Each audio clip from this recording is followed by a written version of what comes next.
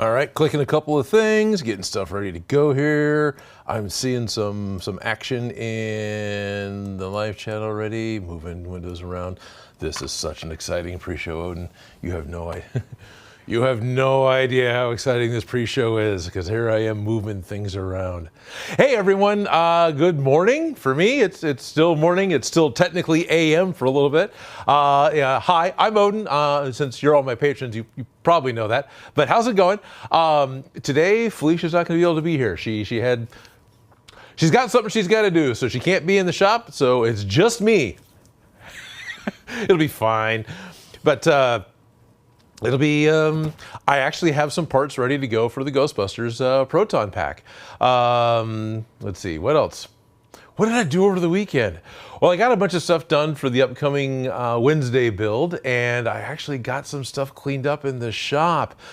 I didn't set up a way of actually showing that off, but I've actually got more space in the shop. It's nice since way back in October, I did build for Arcane the Experience in LA, right? That was a lot of fun and a lot of work. And I rearranged parts of the shop to be able to use a table saw, to be able to utilize a couple of other things. And it sat in that wonky, not quite, it was functional for using the table saw, not functional for using the space setup ever since. Here I am 8 months later, I finally got some floor space back and I can actually walk all the way around the table. It's exciting. I haven't been able to do this in months. This is great. So there we are. I can walk all around my table again. That's nice. See, we have, oh, we're not scrolling yet. Okay. Schultz Division is the first one here with a big hey. Jerry Can Cosplay is here, as is Steve D. Hello, and I want to say hello to Cheeseaholic. Will Connors is in. Great. James Ellen, this is a really good turnout. Jerry Can Cosplay saying good evening. Yes, well, good evening. I know it's, not only is it PM for you, Jerry, but you don't even have the sun in the sky anymore. Have I mentioned recently how weird it is to be able to talk to people all over the world at the same time? This whole live stream thing really reminds me of being on the phone. You know, I'm old enough I can remember when the telephones were actually attached to the wall with the curly cord and you were tethered to the house when you wanted to talk to someone. Doing the live stream is so much like talking to someone on the phone. To hear you guys, I just look over here to the screen. But it is weird and cool that I can talk to people from all over the place. So thank you guys very much for tuning in and watching. Yay, floor space. And yes. Oh, the sun is up here in the UK for another hour and a half. Oh, is it? All right, well, fine. I guess I'm still remembering the winter months when it's like dark forever. Alrighty, Iana is saying, hi everyone at Odin, you're alone today, how is Felicia? Felicia is doing fine. I'll be answering this question a lot as more and more people pop in. Felicia's doing fine. She just had adults must deal with things pop up. Nothing critical, nothing like, you know, it's not like something horrible is happening. Monday's her day off, and so that means that's the day she has to be able to take care of stuff. And so she had to take care of stuff. And the appointments that she was given, well, that was the time that we're here. It's like, you know, I am incredibly grateful that Felicia is willing to come by and spend almost every single Monday or Sunday, you know, with me and with you guys here in the shop doing things. So when something comes up like that, okay. Go take care of your stuff for sure. No big deal. The show will go on. We've got parts cut out for the Proton Pack, and so I'm going to be gluing some parts together. The Proton Packs here pretty quick. I'm not sure. I'll try to get further along. I'll try not to just stand here and talk to you the whole time. I'll try to actually work on stuff too. So that'll be happening here real quick. Ellis is here. Ellis might pop in and say hi, maybe. Ellis is upstairs working on this Wednesday's video. teaser for this Wednesday's video. It's the new Pixar movie. So there's a prop that I've been working on for the new Pixar movie. All of you who are in now I'm talking to people who are directly here live as opposed to the people in the future who will be watching this during the playback. But everyone who is on my Discord has seen a couple of pictures of the finished prop because I posted those last night when I got it done. So that'll be coming up. And then Sinister Props. Tonight, I'm going to start working on the lightsaber.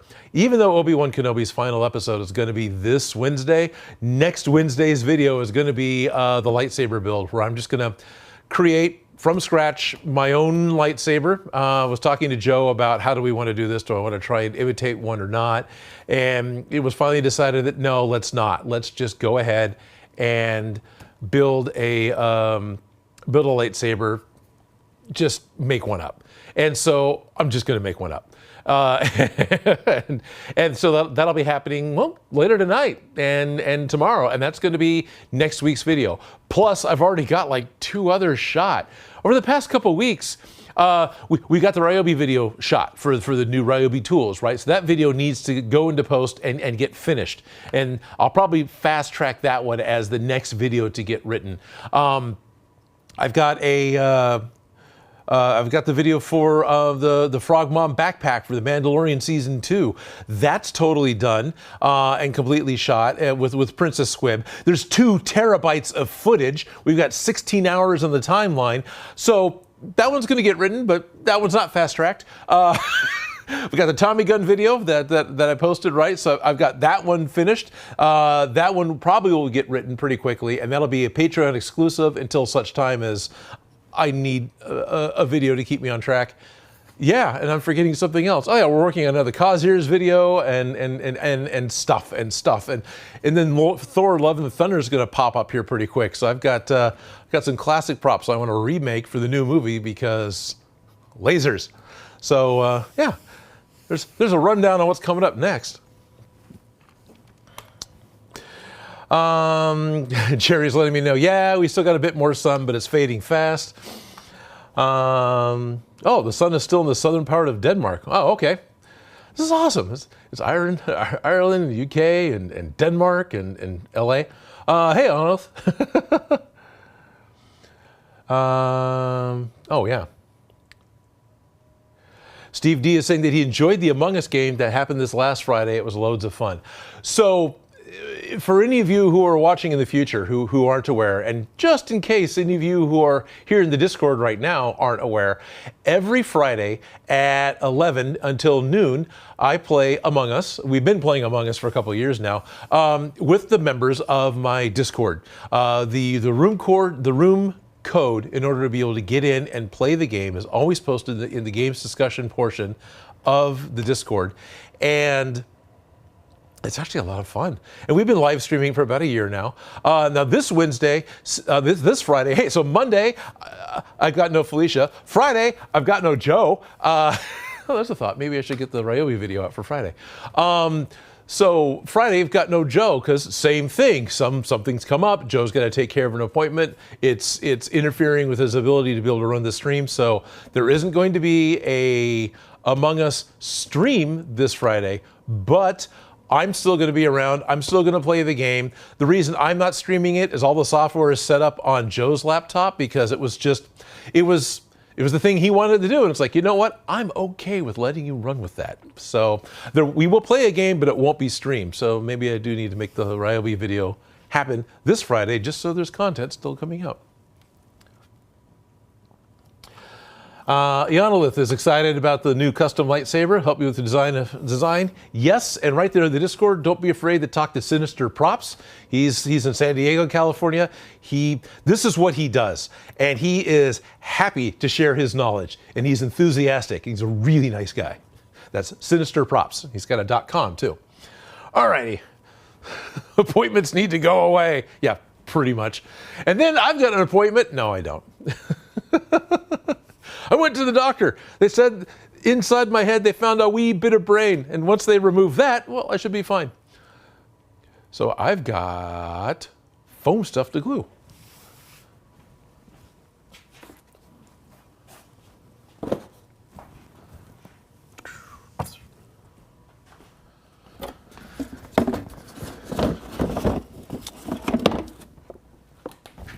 Oh, there it is.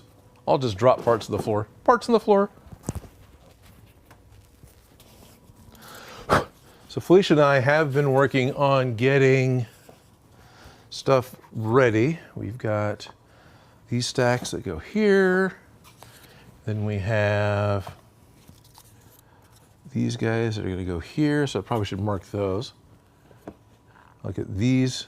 I'll get some glue put on these, and then I see the comments are moving, so it'll give me a chance to make these happen. But we talk about not doing stuff. The whole point of the live stream is to actually build something real time. And so that is what we've been doing. And this entire project, which is a pattern based off of Lost Wax Oz.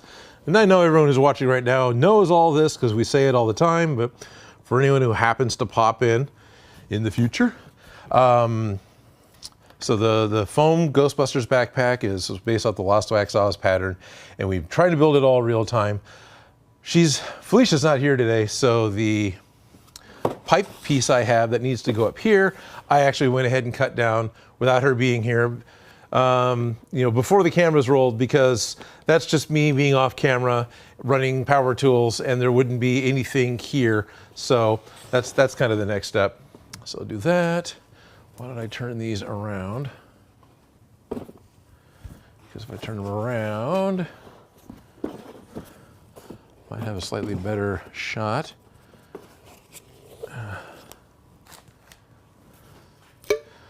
So I'm going to be smashing around some glue here. Olive says, yeah, really likes talking to Sinister Props. Definitely. You know what, guys? I'm very, very grateful for the people that I have on my Discord, in my Patreon, because not only are you all basically friends, but you're all really friendly, and you're all very helpful and happy to share the information you know with each other. And I think that's really freaking cool.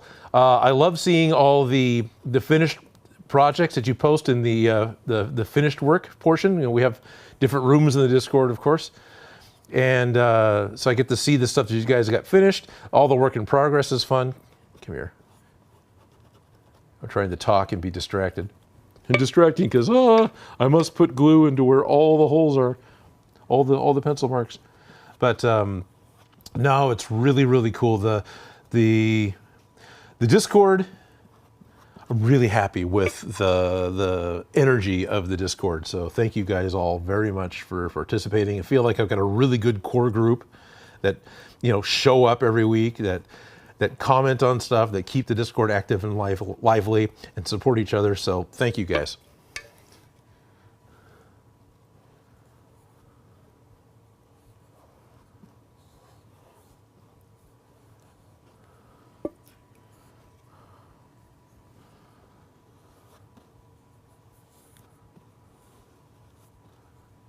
Come on.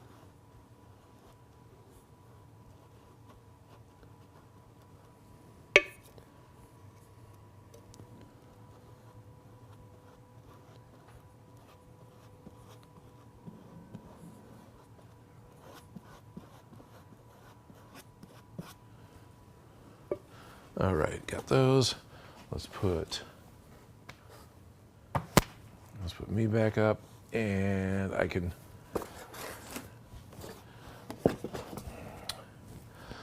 These are, what are these? What is he calling these? These are the hose attachments. Like there's a hose that comes off of one of these and a pipe that comes off of one of these, or tube or something. And so that's what these specifically are. Oh, I still intend on sealing these with Creature Cast rubber, and I've got Creature Cast rigid. Off of Evil Ted's recommendation, as well as it says it on the Creature Cast website. Oh, by the way, what the hell's Creature Cast? Normally, boy, I'm jumping around. So I'm going to be sealing these with Creature Cast rubber. What is Creature Cast rubber?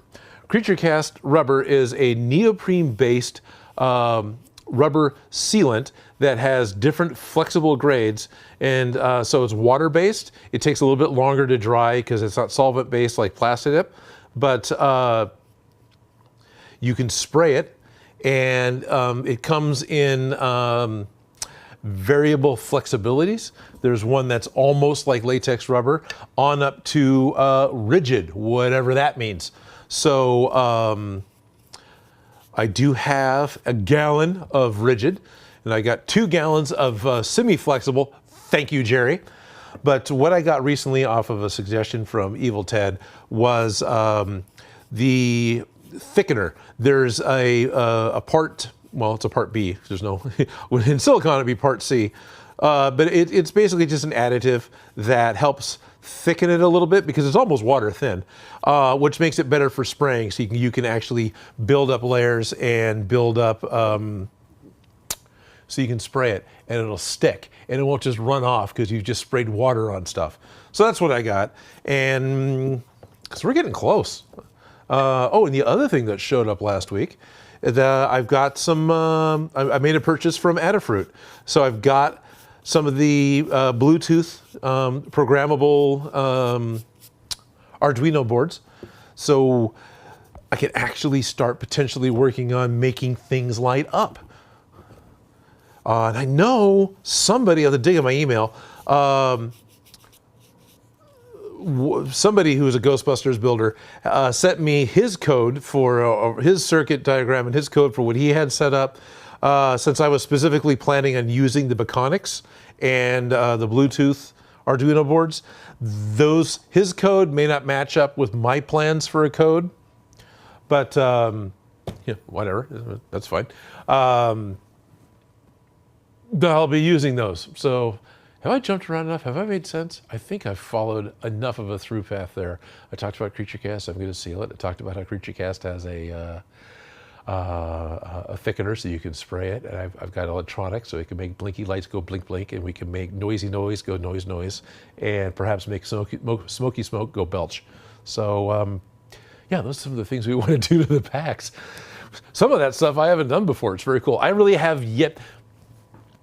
I have yet to use the Arduino Adafruit boards to program something to make a sound. I've done sounds with lightsabers, with the Biscotti boards, which is literally what I got from Sinister Props with the lightsaber. And I've done stuff like that, but I haven't programmed one because I was always building stuff for camera, and all sound effects on a production are added in post because you don't want to have a noise go off that's going to interrupt the actor. It's just better. They call it clean audio. You want as clean audio as you can in a studio setting when you're recording stuff. So props are generally silent. So it's interesting that I have to shift gears, which should be easy. I've been doing this long enough now, and make a prop that makes noise. So that'll be happening.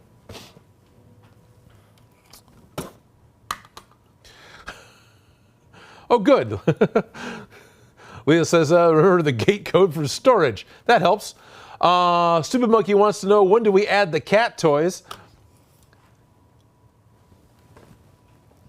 I'll have to look. Are there any cat toys? I mean, we can, it's not a bad idea to add one, just to add one. The packs are our own anyway, because they've got the basic shape. You can look at them and go, oh, that's a Proton Pack, once they're glued and got the cables on them. So yeah, I could probably find a place to hide a cat toy. And if I did that, then it would signify that that one was mine. It's not a bad idea, Stupid Monkey. Stupid Monkey, you had a good idea. Oh,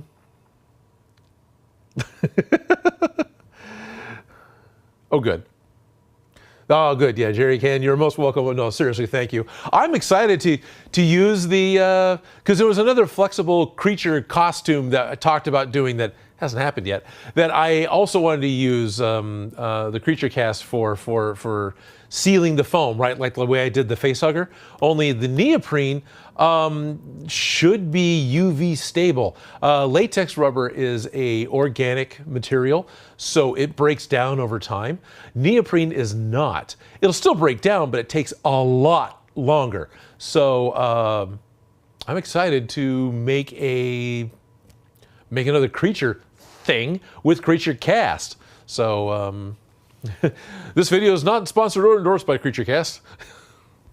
They don't care. Totally followed all that. Oh, good. How many cat toys tall are the packs? I haven't, well, that would be a use for Mr. Laser. I haven't made a cat toy ruler. I think I need to do that. I can now.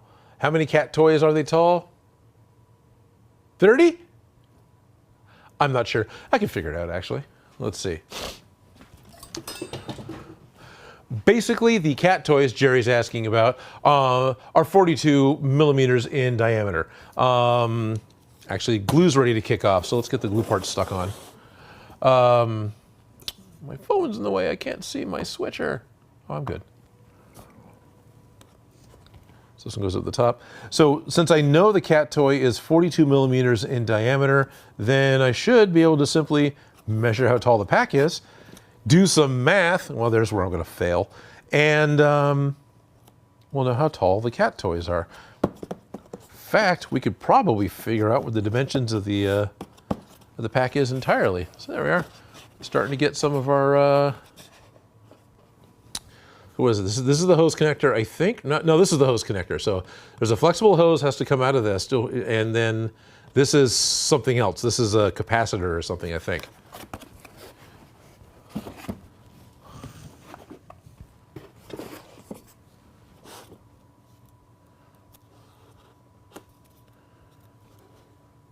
That circle's a little offset, so I'm trying to, nope, that's where it's going to stick. I'm not going to peel that up. Trying to orient it a little bit to where it, because the hose comes off and goes somewhere.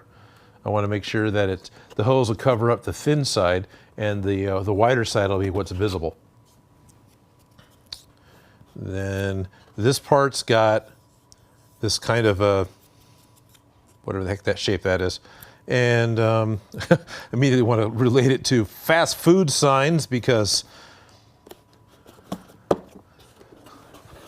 that's the way I think. How do I give directions to somebody? You go down the street and you pass this fast food place and you turn right, and then you watch out for this other fast food place or the toy store. If you pass the toy store, you've gone too far, but if you see the other fast food places across the street, that's kind of the way I give directions. Without giving names. Okay.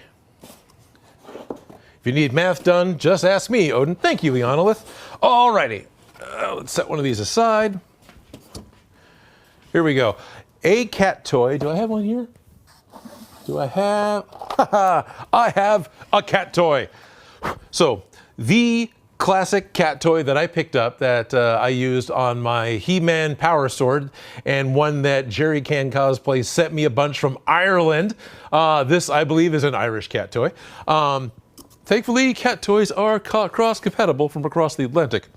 So, a cat toy should be 42. Can I measure this? You know, you got calipers. You got calipers too, Odin. On. Don't mush.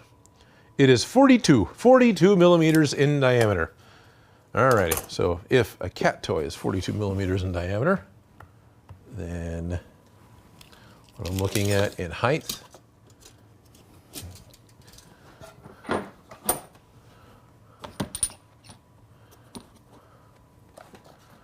so from as much of the bottom as I can, we'll go here like this. I'll just do that.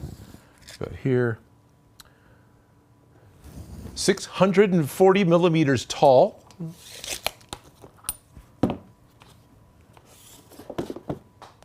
Lost the cat toy. 340 millimeters wide. And at the moment,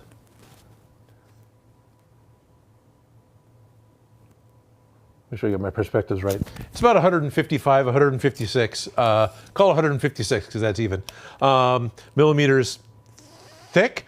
So you got tall, length, and width. But of course, when you put it on your back, then you've got whatever, right? So that's what we got. Hopefully you paid attention because I only remember the last one right now.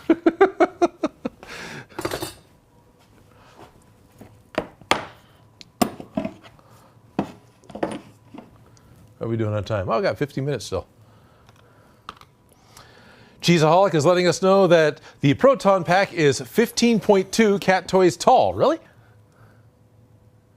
Location markers, what I call them. Okay. Where did the... I know I dropped the cat toy. Now I'm all concerned about where my cat toy went. I do have a whole pack of these. Alrighty, just stick that in. So we got 15.2 cat toys tall. Cat toy distraction. Of course, I realize now I was still on, the pack, but anyway. Okay. Going to go ahead and get the pipe done.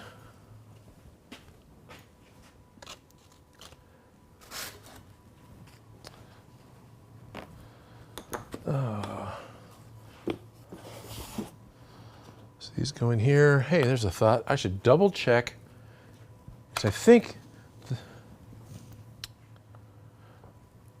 because I'm pretty sure the pipe goes between the two boxes, and then part 47 fits underneath it. But I probably should double check to be sure. I do not have...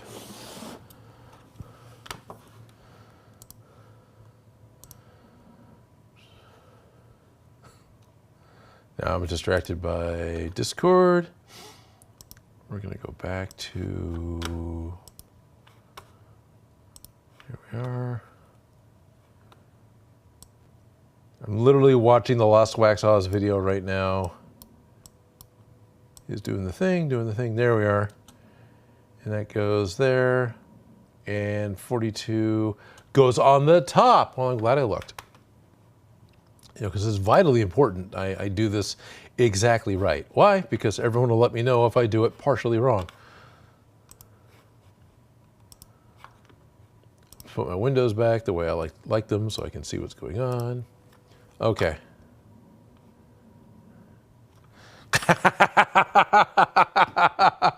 Will Connor says, well, Jerry can just let you know, 15.2 cat toys makes more sense to my brain than 630 millimeters. Yeah, pretty much.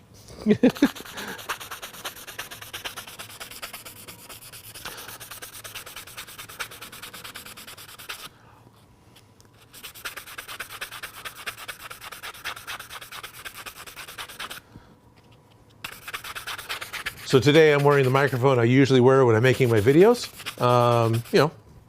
Why not? Felicia's not here. I don't have to use the overhead mic. So the audio probably sounds a little different today.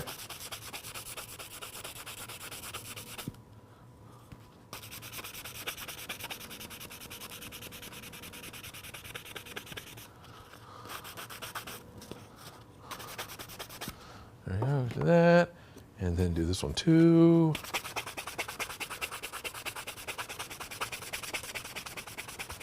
And then these don't get end caps.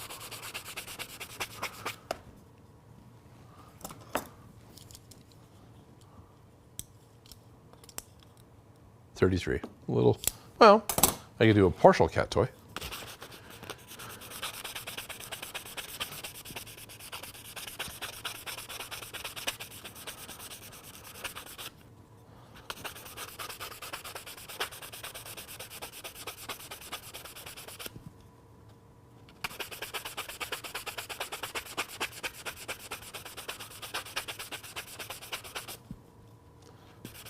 Now, I don't know if anything will show up, but I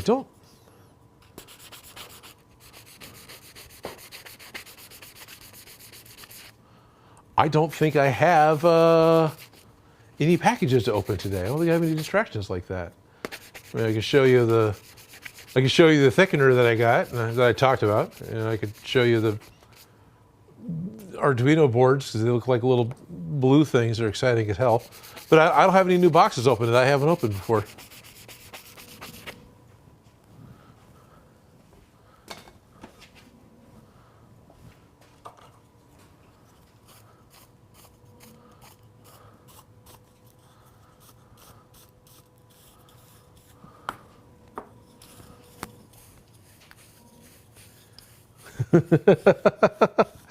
And Jerry actually agrees that 15.2 cat toys makes more sense to his brain too.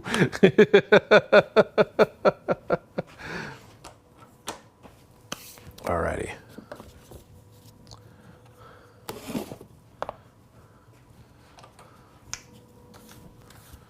Trying to think, what other, is there anything coming up? Not necessarily, nothing that's, I have plans. I have ideas. I have things that are coming up. Got places I might be going to, but I haven't got confirmations on that.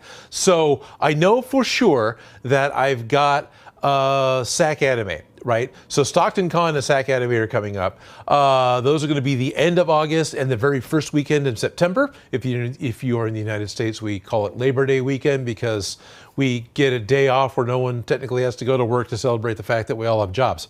You follow that, right?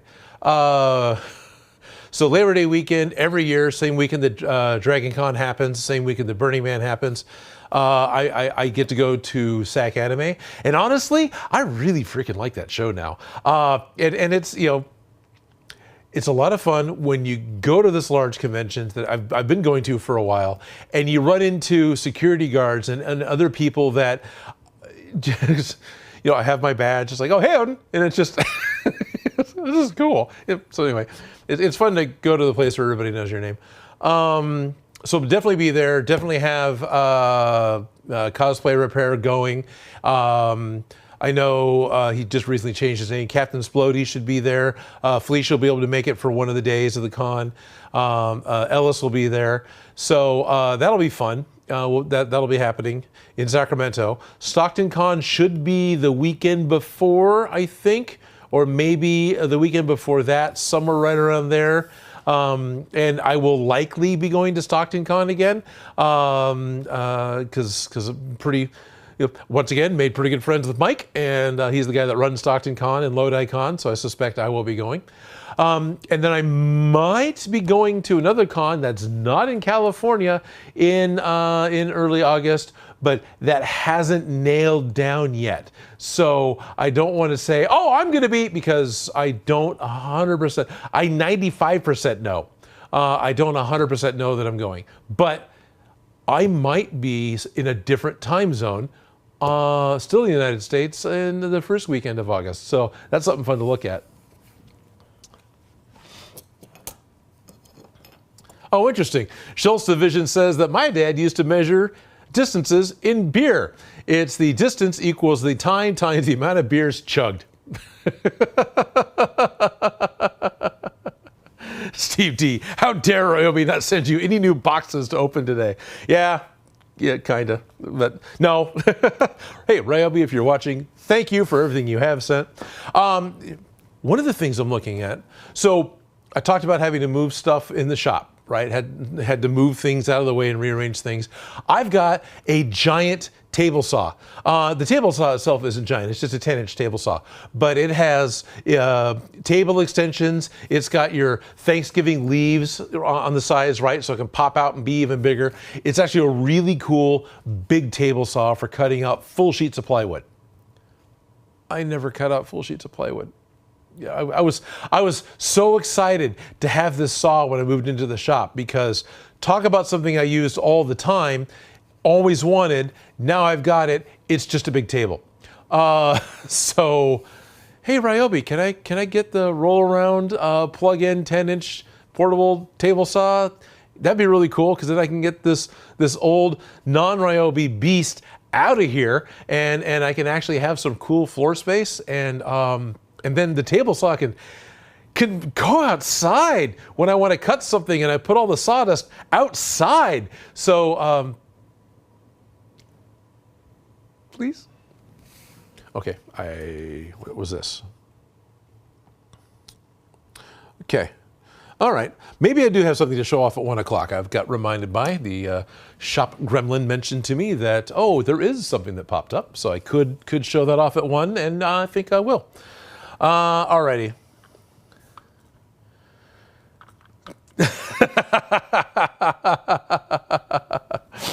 Ianolith says, so I'm not laughing. Okay, which comment did I laugh at? I laughed at Cheeseaholic's comment about how Cheese used to sell grills based on how many beers you could finish before fully assembling them. So as a selling point, is it, hey, this thing's great because it's only going to take you 2 beers before you finish it? Or was it, guys, this is the one you want? Because when you're outside putting this thing together, you're going to kill a case of beer and you're going to be able to have a thing that you have to do, and you can drink beer at the same time. It's going to take all day. Which well, it wouldn't take all day to drink a case of beer, but see, you know what I mean. So I'm kind of curious which way that selling tactic went. And Ianolith is excited for General Leia costume. Yes, we had a poll, which I don't think I ever went back and talked about, but we had a poll on Patreon asking about what full cosplay did we want to make for Ellis. Ellis is my spouse, again, and Felicia, Ellis wanted something to wear to cons. Felicia's like, yeah, let's do it. And the original plan was to do a General Leia. This is the blue dress that General Leia wears at the end of The Force Awakens. And then Ellis also thought about one of the Howl's Moving Castle, Sophie. And so those became kind of the two choices. General Leia, by and far, runaway winner. So no, that'll happen because we want to have General Leia done for Labor Day for SAC Anime. So yeah, and then Ianolith is asking if I'll make General Leia's saber. She doesn't use it in the movie, so that's pretty much an Ellis question. If Ellis wants the lightsaber, sure. I'm gonna guess not.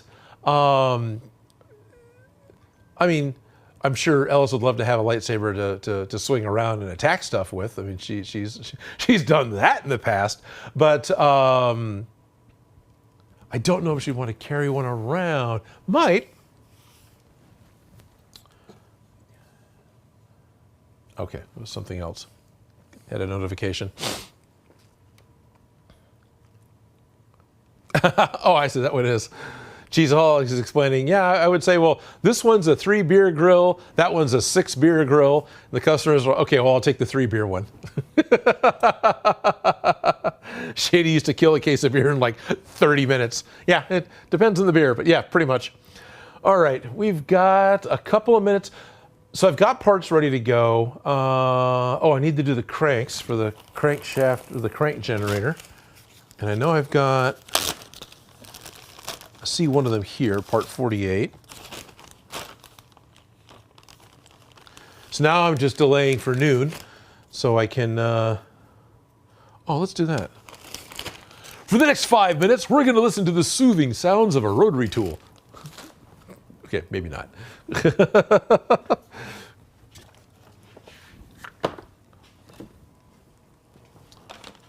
Just to be nice, I will turn my audio down.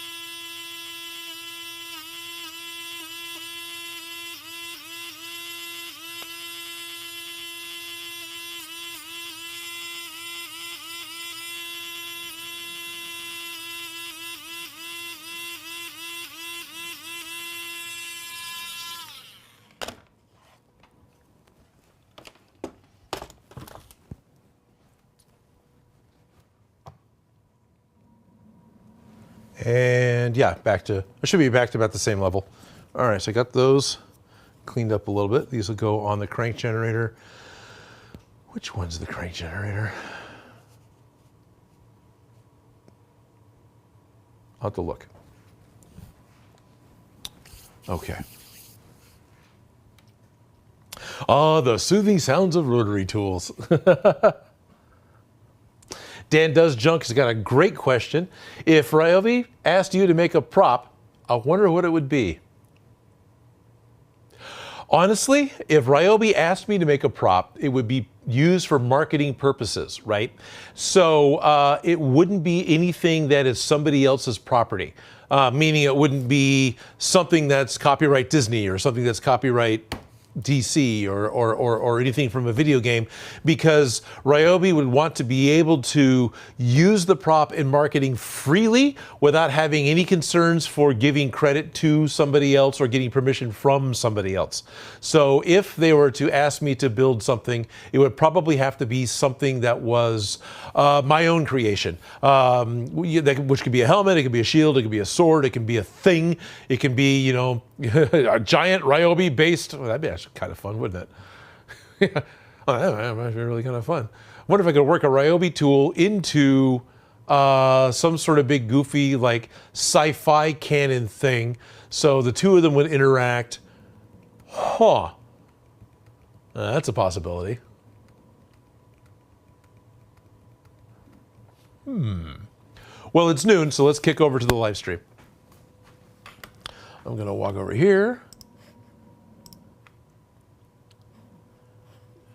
Scroll down, visibility, we're gonna make it public, and we're gonna go done. And we gotta scroll down, we have a playlist option, we're gonna add it to the Ghostbusters Proton Pack builds and to live streams and say done. And then we say save. And we are now public. Let me bring my winders back up. We'll stretch this out. And Ryobi Mecha. Okay, that'd be kind of cool. No, that'd actually be kind of cool.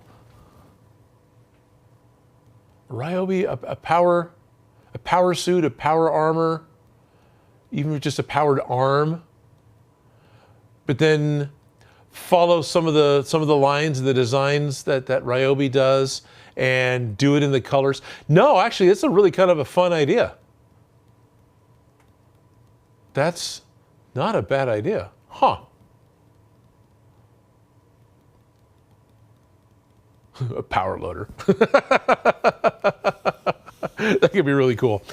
All right. Hey, for those of you, if anyone's popping in right now, it just now is noon in California. This is where I am at. And at noon, my live stream goes public. It becomes available for everybody to be able to watch. So hello, everyone. Hello all the peoples. It is now noon on Monday. It's welcome to the Odin Makes live stream. Hello, I'm Odin. Felicia's not here today, and I'm going to be continuing to work on the foam proton packs from Ghostbusters using a pattern based off of Lost Wax Oz.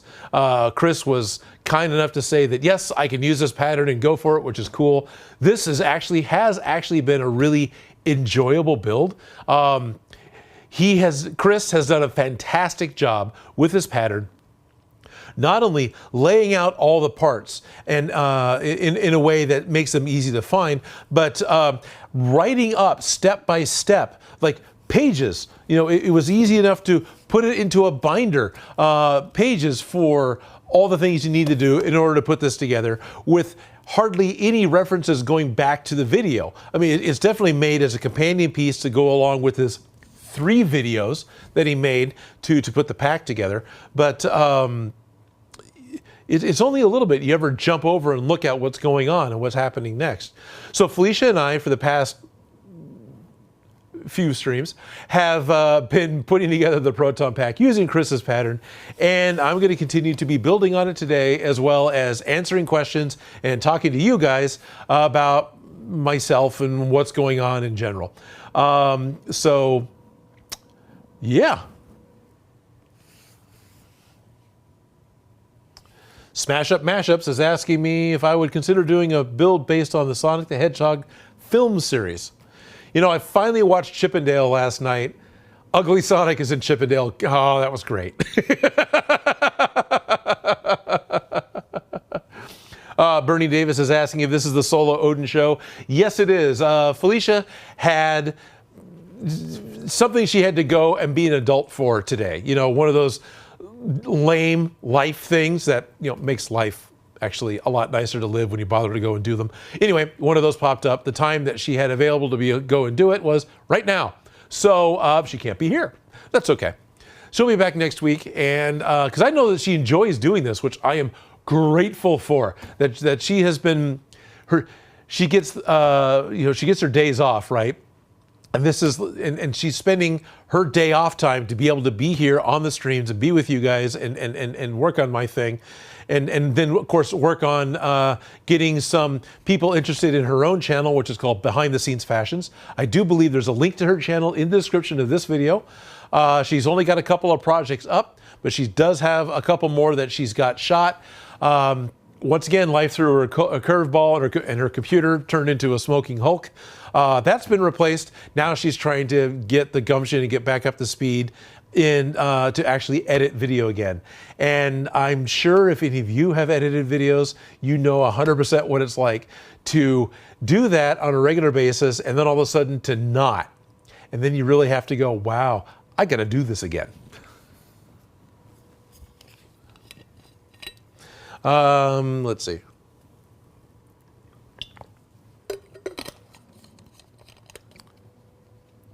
Yeah, Bernie Davis, it's good to have a guidebook to build that thing. Yeah, pretty much.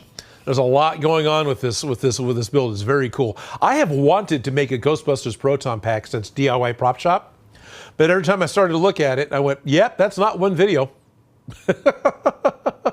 And so when Chris put out his, yeah, that was it. Now I can just build it and I can enjoy it. And I'm not trying to figure it out where I get 2/3 of the way through it and I realize, oh, I screwed something up in the beginning that's now causing everything else to be wrong. Yeah, this is great.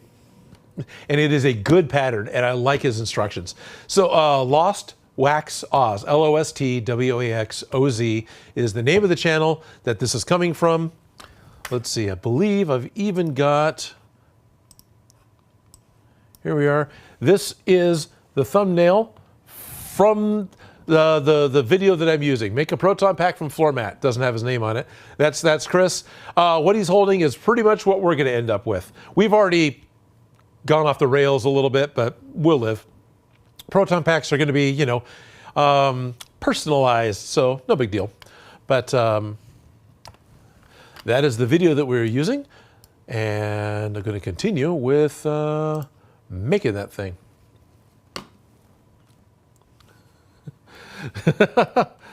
Guidebook. Chippendale was so much fun, says Jerry Can. Yeah, it was. Daniel Knight, hello, bright back to you. And hello to Dante Ackerland. Chronicle Props says, Odin, can you even tell us what part stream number this is from working on the packs? I lost count of what stream number this is. I'd have to, when I start setting up the stream, I usually have minutes to get it done, you know, because why do anything in advance? So I've forgotten what step I'm on. But I will be working with part 47 next. So the next piece, when I finally shut up and glue something on, is going to be this 2mm piece that is part 47, which required a 1-inch wide piece of PVC pipe as well. So I've got those parts cut out. I'll be gluing those on. And then after that, I'll be putting on the crank generator crank, which is part 48. So I'm on part 47, I'll be doing part 48, and then I'll need to figure out what part I'm doing next after that. I had looked, and I went, oh yeah, that's fine. I don't remember now.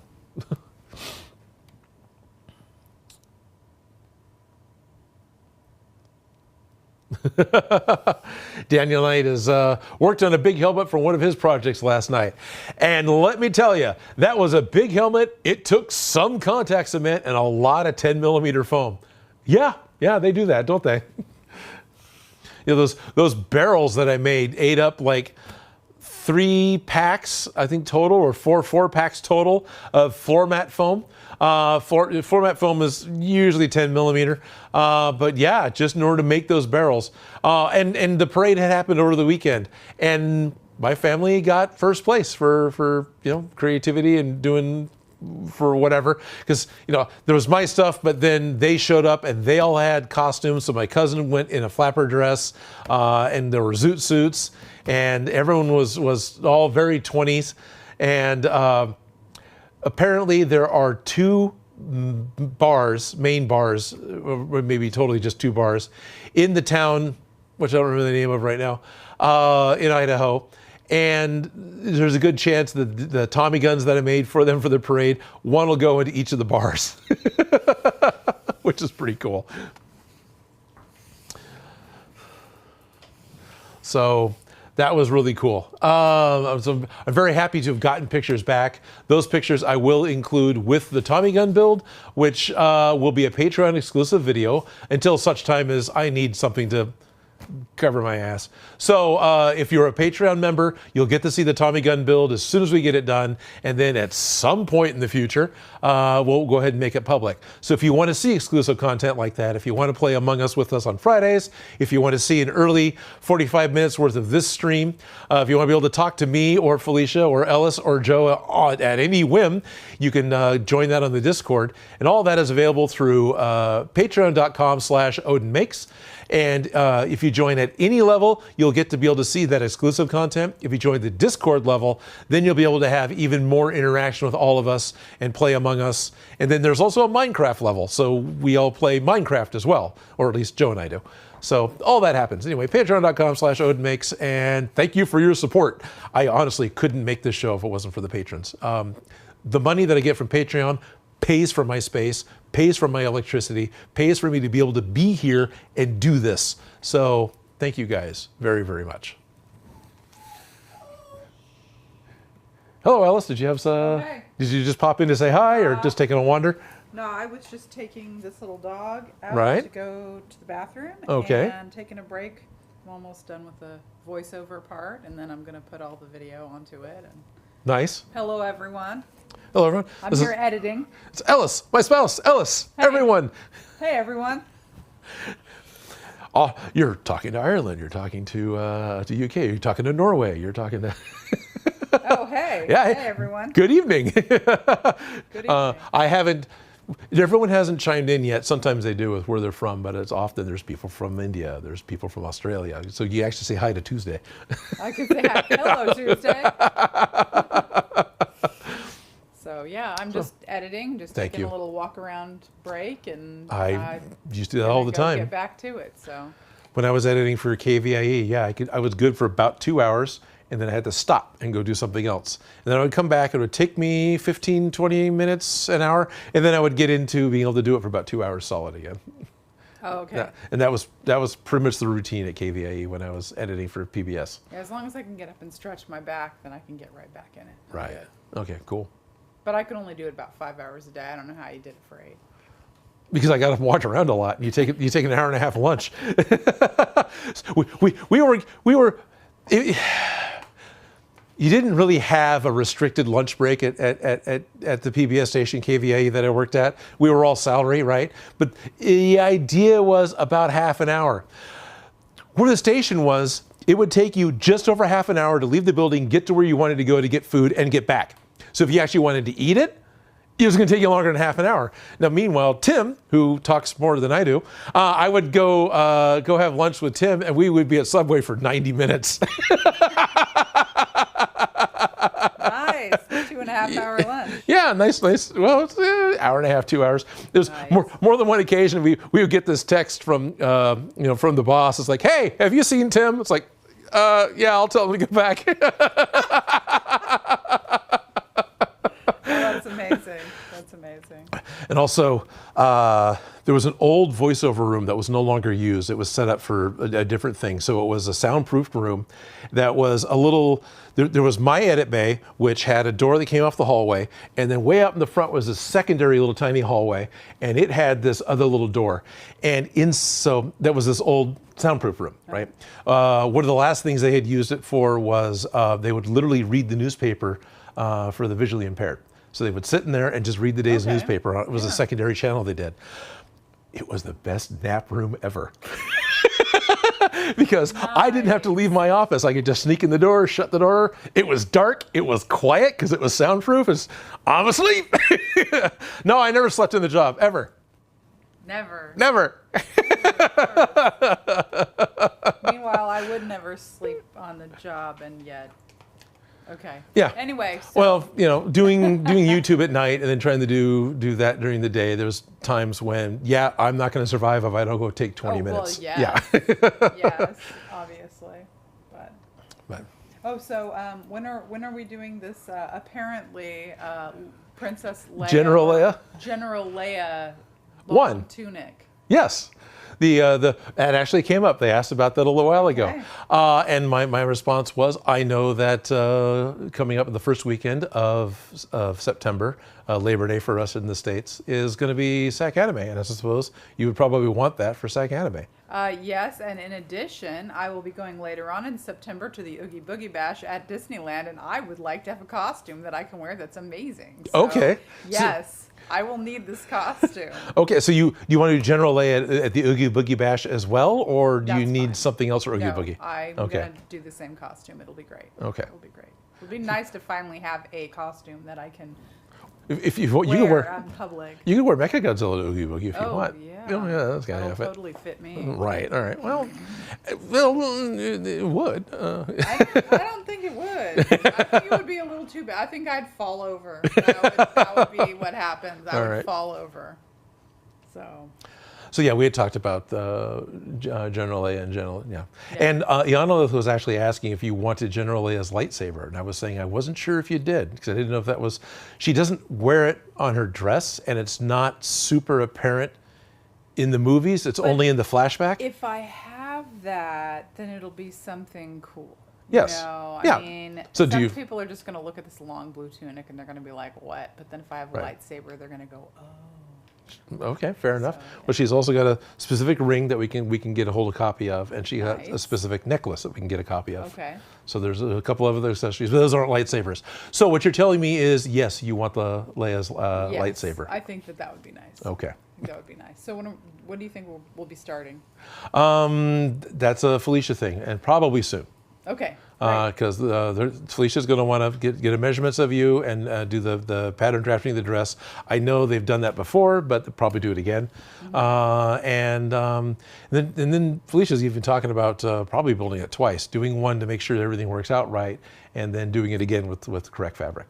So. Oh, okay. Yeah. Okay, that could be interesting. Yes, and thank you everybody for voting on that. It was hard for me to make a decision between those two costumes. I mean. I'm going to love them both. I'm sure eventually I'll end up with both of them. Pretty much, yeah. All right, I better get back to my thing. All right. It was good to say hi to you all, and I'll see you again soon, apparently. Sweet. During that, we had a super chat from Stephen Mills for £5. Happy to be a patron, and I have a question. Can you remember the Garbage Pail Kids movie? Please do the bin. Yes, I remember the Garbage Pail Kids movie. Yes, I remember buying the Garbage Pail Kids stickers from Tops in the wax packs with the bubble gum that broke your teeth. Can I make the bin? I know there's the bin on the packs. I don't remember the bin from the movie, other than they came out of bins. So I don't remember specifically special bins. But it's not a bad idea. Oscar the Grouch has got a bin too. Mike Starks is asking if there's going to be lights and sounds on the Proton packs. Yes, I just got some Adafruit Arduino Bluetooth capable boards. There's a lot of freaking words there. Yes, I just got some processors that can run lights, run sounds, and I can control it with my phone. So I'll be using the Mechanics OS to be able to run those, to be able to do the lights. It's going to happen. James Allen reminds me that part 47 goes on top of the 1-inch pipe. I probably said it wrong when I was talking about it. Thank you, James.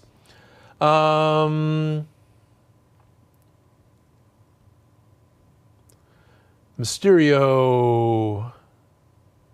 Gotcha. Do I ever plan on using Alumoluster paint like on the screen used Mando's suit? Are they using Alumoluster? They used a different one in the beginning that was very expensive. Yes, I don't have a problem using Alumoluster, and we've also got,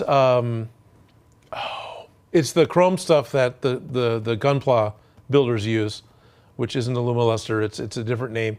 Anyway, yeah, that's something that I'm gonna let Joe use. I have an airbrush in the shop. One was actually gifted to me by Craig Rasmussen from a long time ago. It was an Iowata, and Joe went out and got himself another Iowata. I used to have an old Badger that I could just abuse. I mean, I ran rubber cement through my Badger 150. That poor thing.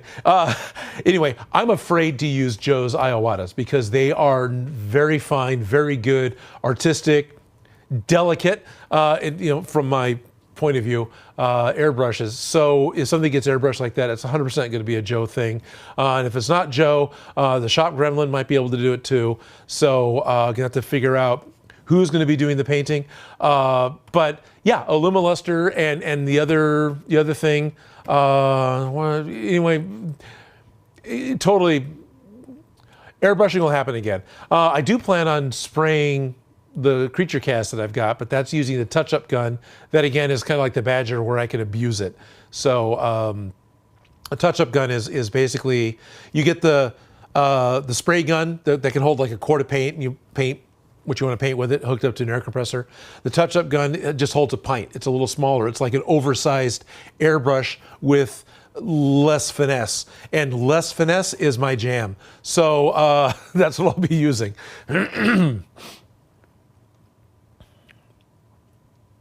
Everyone's saying hi, Ellis. Ellis Cosplay is Dana. There is no Dana, only Zool. No overhead mic, Odin. Oh, so you guys couldn't hear Ellis? Because I've got my mic here on me, so hopefully that was close enough.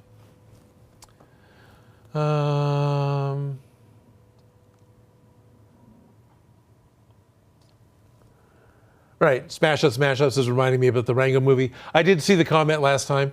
I just remember it being Industrial Light and Magic's first animated CGI character movie, and at this point in time, I think it's still their only one that was done in that style. You could argue that all Jurassic Park and Pirates of the Caribbean and Star Wars, those are, Lion King, those are all ILM movies as well. But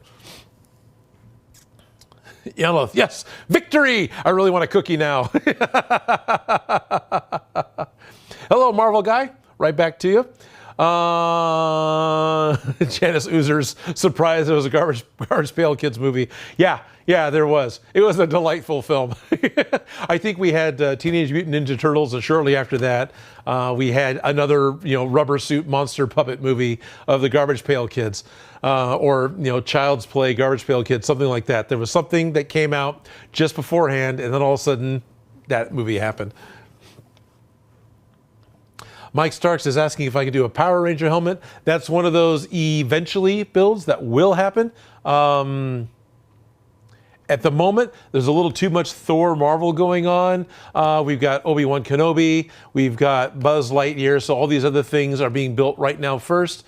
But Felicia and I have been wanting to work on the Pink Ranger for a year. Because I've got the theme song, right? So I want to use it. I want to make Rita's staff because I've got the theme song. So more Power Rangers will happen. Felicia's totally on the beach. Wolverine scratch? Absolutely. No, it's not the Spaz-Stix Mirachrome. It's not Lumoluster.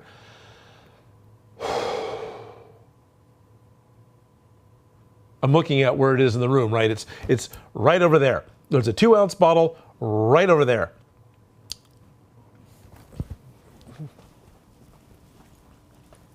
Watch it be a Lumoluster, and I'm forgetting what the title actually is supposed to be. So walk into the room. It's nice. I'm actually mic'd. You guys can still hear me. We had a Spastex, but that's not what we're doing. There it is. It is All Clad. All Clad 2. That's what it is. That was the stuff that Joe really likes. So we will be doing stuff with All Clad. Now, as we're talking about this, I remembered that the Shop Gremlin was in last week, and we were playing around with an idea of how to do flexible chrome. You see, one of the problems with doing anything chrome, especially on foam, jumping ahead, when you do chrome, in order for it to be reflective, in order for it to be chrome, you really need a base layer of a nice gloss black. And typically, when you're doing that, that ends up being a rigid paint, right? The issue with rigid paints and with spray paints and things that will end up giving you that type of a look is that it cracks as soon as it flexes on the foam. It causes spiderweb hairline cracking, which sucks on chrome. So, Shop Gremlin's idea was add some mica powder to some clear Flex Seal paint, and we did that.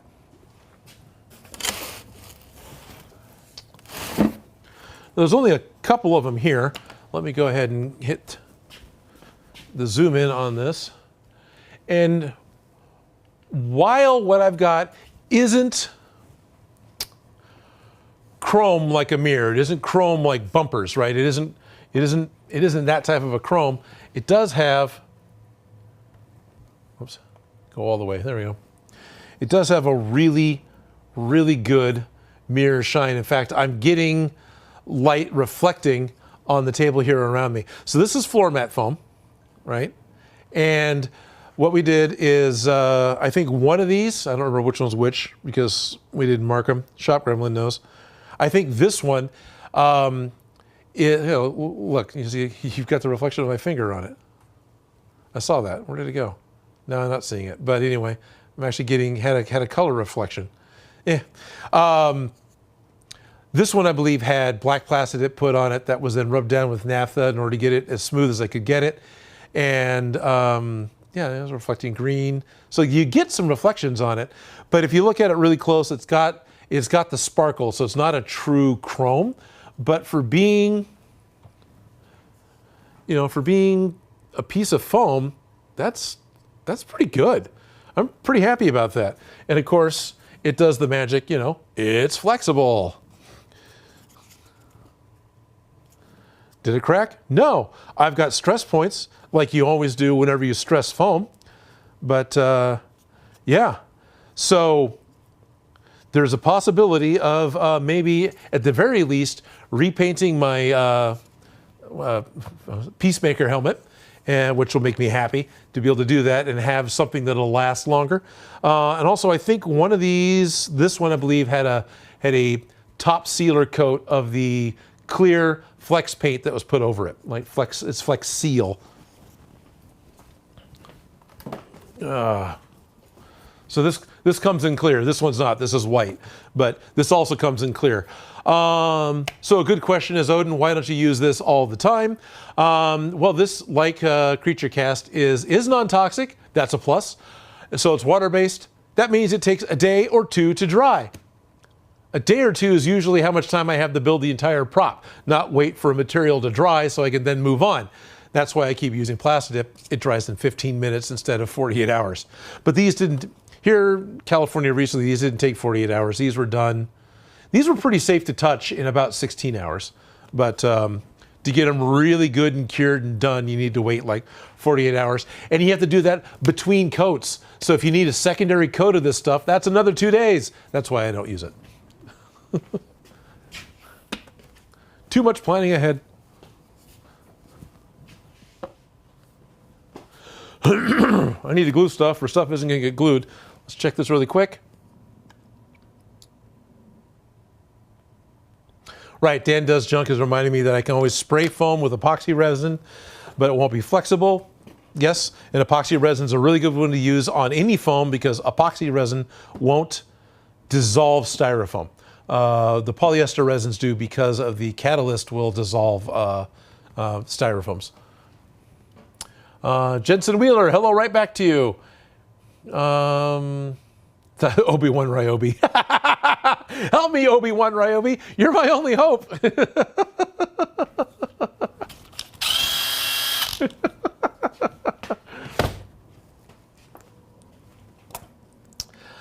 Mysterio 3D says, could you use graphite and rub it on black foam and be flexible? Yes. Yes, you can. So mica powder and graphite powder are both a very fine powder that you can use to give you a chrome finish, and you absolutely can. Bill Durand used graphite powder on his Mando helmet. So he got it all painted up with a nice gloss black, and graphite powder is pencil lead. So a basic dust mask, just so you're not breathing it, right, as much as possible. A basic dust mask is fine. It's okay to get it in your hands. It's safe to rub around on the helmet and then wipe it all off, and you can wash your hands and you're done because it's just graphite. Mica powder is very fine, tiny little, I think, aluminum, I'm not sure, particulates. You need to have a mask where you're not going to breathe any of that stuff at all. You want to wear gloves. Mica powder is not a happy powder to have inside of your body. So there's a bit of a difference between the two. So if you're going to do this at home, definitely graphite powder is going to be the much safer one to go with. You can get them both online. The graphite powder isn't very much. They're sold. A lot of model cars, model kits. Anyway, railroad builders they use these powders to get the metallic sheens on them. So yeah, graphite powder will totally work. But it was fun playing with the mica powder. And Shop Gremlin found it was a $3 tester pack. It was this like, it was a little bit bigger than the cheese packs you get for your pizza. It was that much of the powder, and it worked really, really well. Just mixed up in a cup and painted it on, and yeah. You can get graphite sticks. And yes, Onolith, I've got Platafx's Armor Metallic paints. They also do really good. I still, in my opinion, with what I can see, that's not your camera version, this mica crazy idea is getting me a much better result. The Platafx paints work really well. Those metallics, because they're Samurai Sword and what the other brighter shiny one is Chainmail. They work really, really good if you spray them on. So if you thin the Platafx paints with window cleaner and about 50-50, maybe a little less window cleaner and a little more paint, you can then airbrush them or spray them on, and that is the best. You get the best metallic coating that way.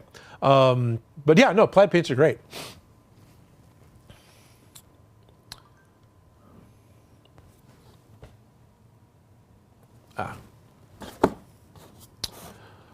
So,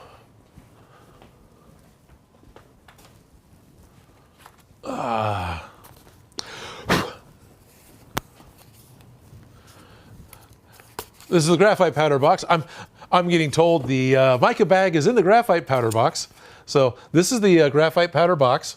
So this is literally the exact same brand that Bill Durand used for his Mando helmet build, because this was purchased by my friend Mick Thor, because he finished his helmet here in the shop. But that was the brand, which is C1 Models Metallicizer. Yeah. And inside Mr. Box, we have the TKB Chrome Mica Powder, which is just blowing out on the camera. So anyway, TKB makes a lot of pigment powders and a lot of colors, most of which are actually skin safe. Apparently you can use them in soaps and cosmetics. Mica is not, but it's just mirror chrome pigment sample. tkbtrading.com. So it's tkbtrading.com, and that's where you can get this pack of the mica powder for $3, which is like crazy affordable. And then the graphite powder, C1 Models, this was Amazon. So that's pretty easy to get a hold of as well. Again, these are not sponsored. These are just the materials I use, and I like to share what materials I use so you guys can find them too.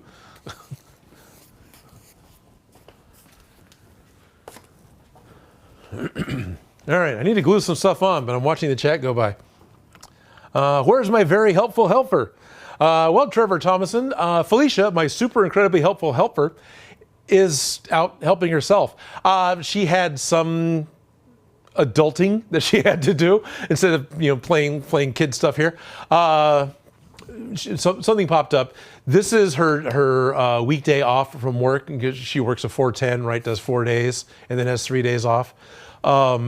So she had appointments and things that she had to do during the workday, and the only time available was right now, a little bit ago, right now. So we're not going to see Felicia today. She'll be back next week. So.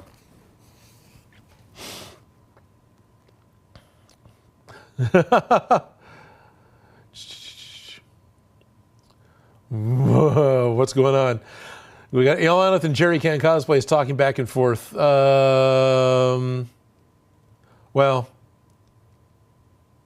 all right. Yep, Schultz Vision's telling us to remember to leave a like on the stream, guys. Yes, please. Leave a like. Subscribe. Help me. Oh, yes, the tea. We're talking about tea. Yeah, tea. I had tea. All right, so I'm going to move on with gluing some parts. It's time to glue more parts down. It's time for more stuff to happen. All right. I want to make sure that any marks are going down because I don't want to see them. The pipe's dirty because I used a dirty sanding sponge to clean it. So, life sucks.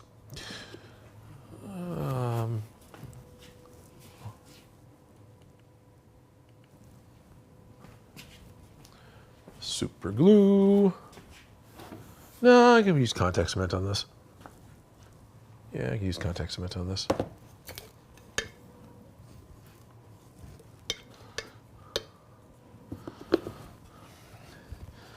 I don't need glue to come any further out than here or over here. I want it to go down. This is the top of the box, and as I've had people give me hints and reminders, the part 47 goes on the top. So, and I'm going to glue it on in such a way as it's bridging the gap between the two, because that makes sense to me. I could be wrong. I'm wrong about a lot of things. I'm really good at being wrong. Just go back and look at my math in previous episodes.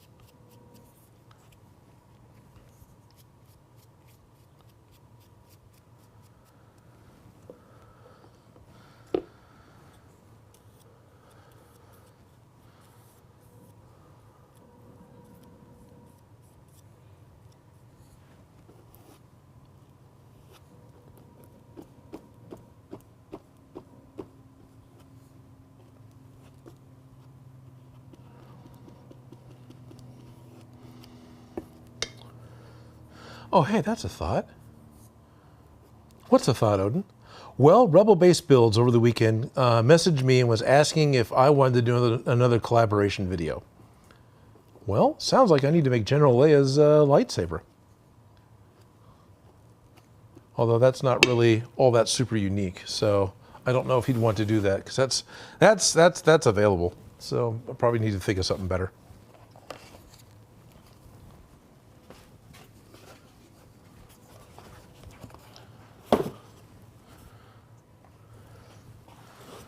Yeah, that's kind of a boring shot. Let's go here.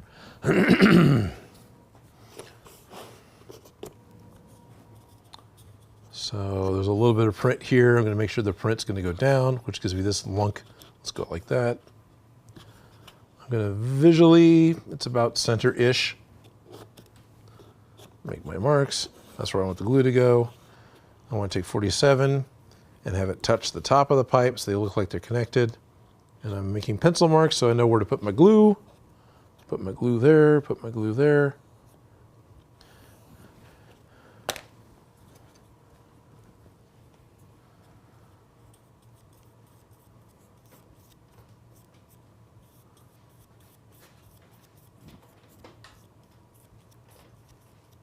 All right.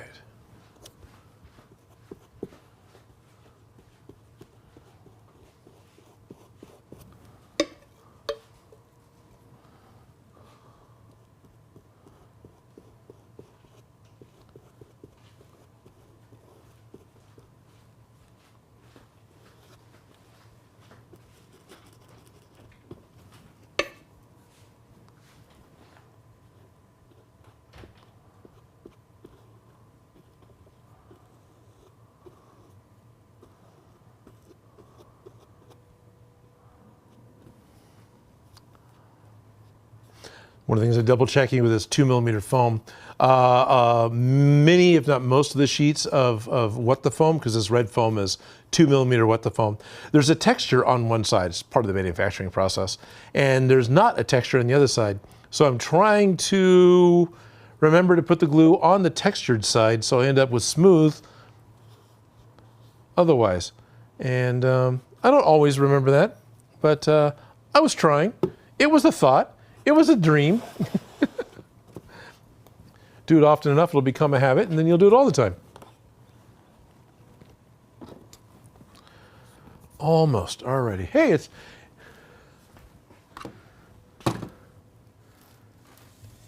None of the heat guns have a battery. You walked off the screen, Odin, what are you doing? I'm getting my Ryobi heat gun so I can...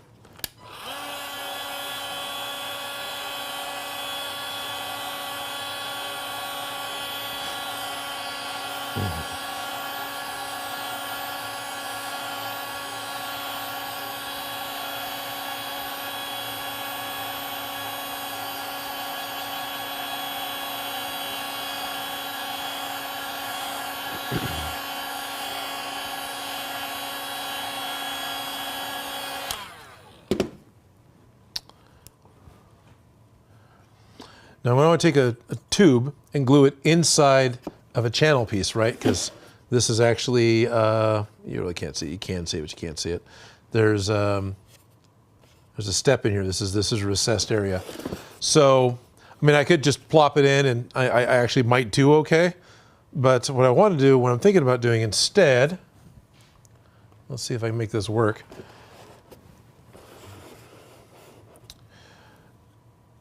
I've got a glue edge. That one's pretty good. And what I want to do is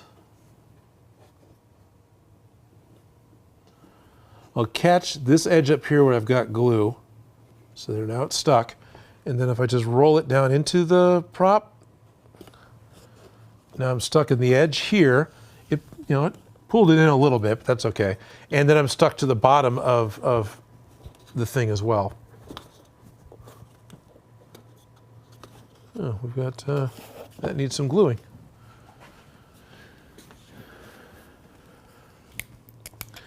Just notice the seam between this part and the panel inside needs a little bit of attention. So I'll separate that, put some super glue in here.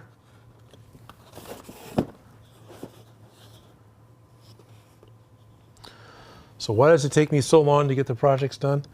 Because if I wanted to get the projects done, I would just be doing this, and I wouldn't be interacting with all of you. I wouldn't be answering comments. I wouldn't be saying hi to people from all over the world. It would be, I forgot to put my glue on there. It would just be me building the whole time. And is that a problem? Well, no. But honestly, the interaction is what I enjoy and what I get out of the live stream. Is the chance to be able to talk to all of you. I think that's really freaking cool. I mean, I think it's really freaking cool. It's why I like going to cons. I get to see the stuff you guys are making.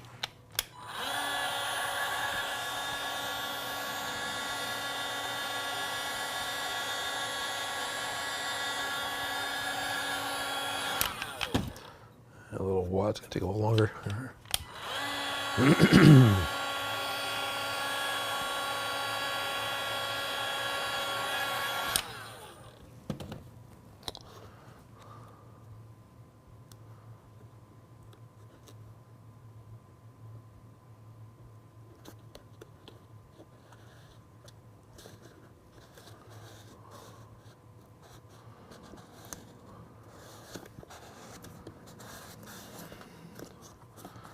There we go. Got that one on. I do the other one. Might see if what's happening in yon chat.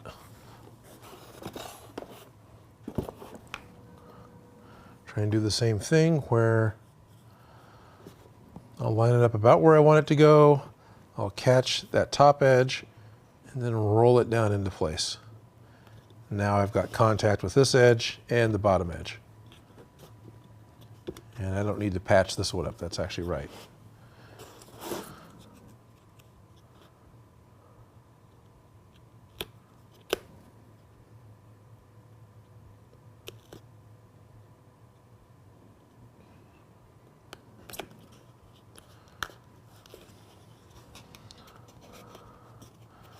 Okay. Forgot to do this on the other one. Do that. Somebody in one of the videos I just did recently, I don't remember which one, where I was using Accelerator, let me know that you can put water into a spritz bottle and that'll work as an accelerant for super glue. I haven't tried that yet. That works. That's great.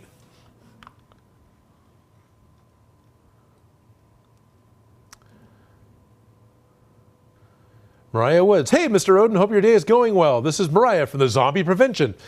Sorry we missed y'all game last Friday. We went to a really cool Amp Guard camp out for the weekend. Oh, that's cool.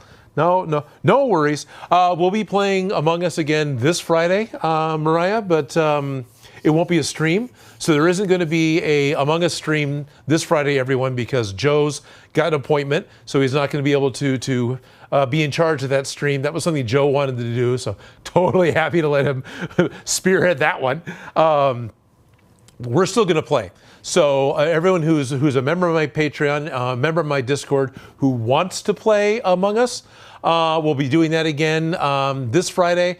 I don't have the roles. I'm playing on a Switch, so I don't have the new roles we were just playing with. There's a new mod out. So we're just going to be playing more of a vanilla game. But we'll still play and we'll have fun. So that'll happen this Friday. And realizing that Joe isn't going to be here, I guess I need to make something else to come out on Friday instead. So maybe I'll get the Ryobi video done. There was that seam that is super glued, so I'll super glue the seam again. Then after this, I've got the, oh, this one actually stuck. It didn't stick as well as I want.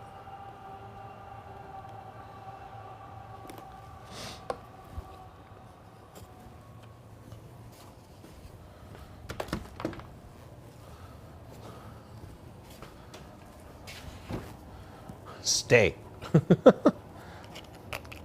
We're just going to stand around and sniff glue.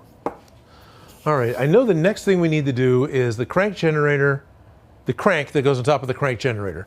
And in order to do that, let's go one of these and one of those. It didn't quite get there. Try again. There it goes. I'm trying to do the auto zoom. It's a way of getting my cameras to go closer. So the crank generator has got this little funky piece. It's part number 48.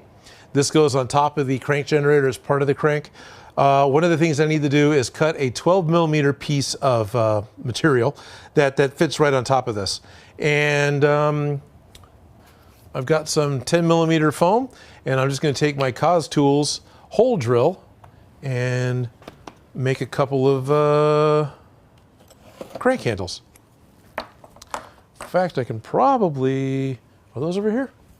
Those are too big, right? These are also 12 millimeter, so those are too big. I'm half tempted to, nah, don't, let them be flat. I'm thinking about making another smaller one that goes in between to make it look like it's got more of a post. But honestly, I'm not going to do that because more surface area attached is going to be better.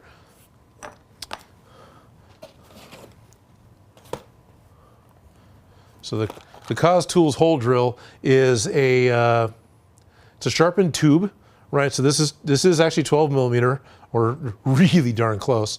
And this fits inside of the Cos Tools holder. This is just a 3-pack that you can get at art stores. You've got a small, medium, and large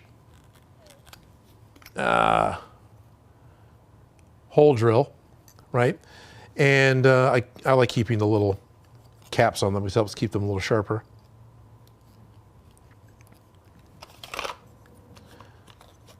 The way these work, if you're actually using the holder correctly, is here's the base. If I unscrew it, you can kind of see the bladed part is retracting. I'm looking around. I'm going to need a piece of sacrificial. I need something to cut into. but there, oh, that's just a moment too far. There we go. So now that can sit on the foam, but I need to get a thing that I can cut on. So where's my thing? This will work. It'll even get me probably up in frame. Yep, look at that. Okay. There's that. Where am I at? Here I am. Here I am. Something like that. Trying to line up a shot. Almost off screen. Okay. How does the Cos Tools hole drill? This is the Cos Tools hole drill XT8011. It actually has little tabs on the edge of this. There, you can actually see them against my shirt. So these little tabs can help you with lining it up. So if you know, because this, if you set it down, those will help you find the center point. I'm not worried about the center point. I just want to get a couple of pieces. So my habit has been, actually my habit is to not use the container. I just go for it. But if you use the plastic container it comes with, it ends up doing a really good job of giving you, especially the thicker foam like this, very straight up and down, cylindrical piece of EVA foam. Because I want the plug, I don't want the hole. There it is, I just felt it break through. Pull it out. So I've got my 12 millimeter hole, but I've also got a 12 millimeter plug. Which you can't see on the, but anyway. It's exciting. So there's one. I need two of these for the crank generators. Crank generator crank. You guys know what this part's called. Feel free to correct me. You're probably all just cringing.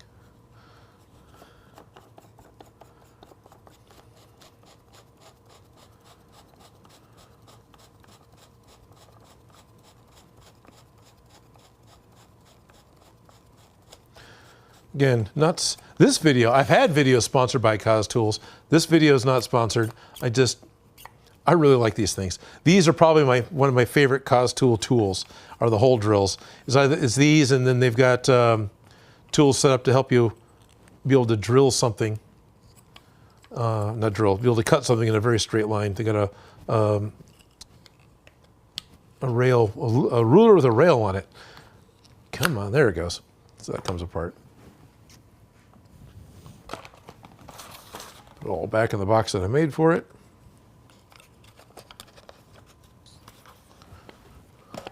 Right there where I can get to it easy. Let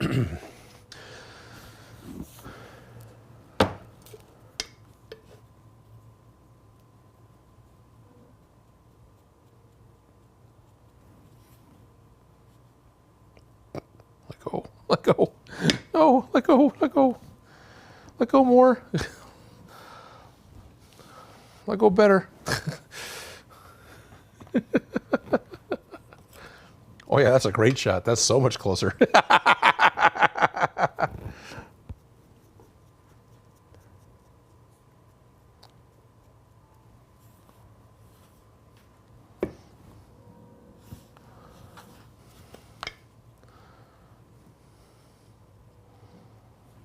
That's on actually pretty thick.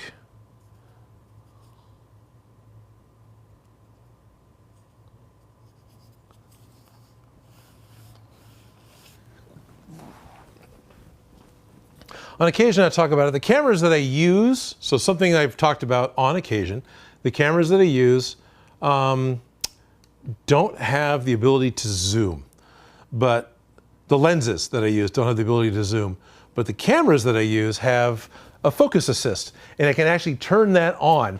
So now I've digitally zoomed in on my little crank parts, because you want to see the little crank parts. Might be able to see the Cos Tools. Can you read that? Probably not. These are going to take a quick second to dry. Steve D wants to know what's on my t-shirt. Actually, he said hats on your t-shirt today. I can't work it out. Well, t-shirt's not on screen. Oh, cut back. It's the Embarcadero monster. What was this? This is the It Came From Beneath the Sea, I think is the name of the movie.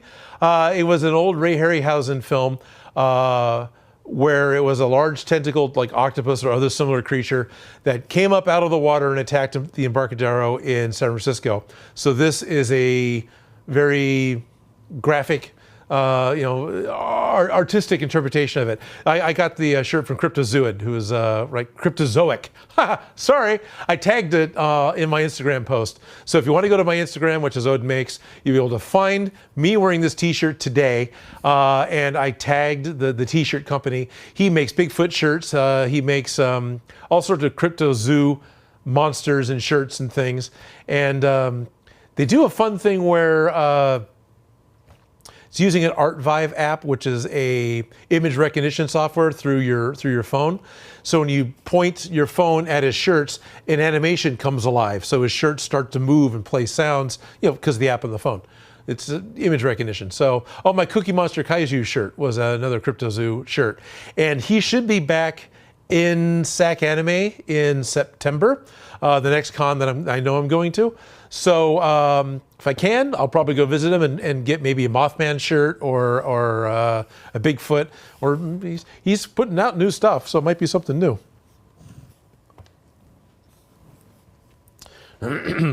Bryce News says this is a great way to spend his birthday is watching an Odin Makes live stream. Well, Bryce, happy birthday. There we are. Got a crank.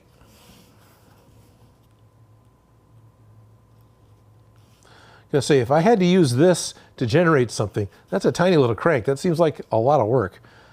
But maybe you're not trying to crank a lot of power. So I got my two little cranks made. Now these get glued on. I need to go look at where. It goes in the crank generator box. Happy birthday, Bryce, comes everyone. Oh, sweet. Dan Does Junk will try to go to this coming SAC Anime. That would be awesome.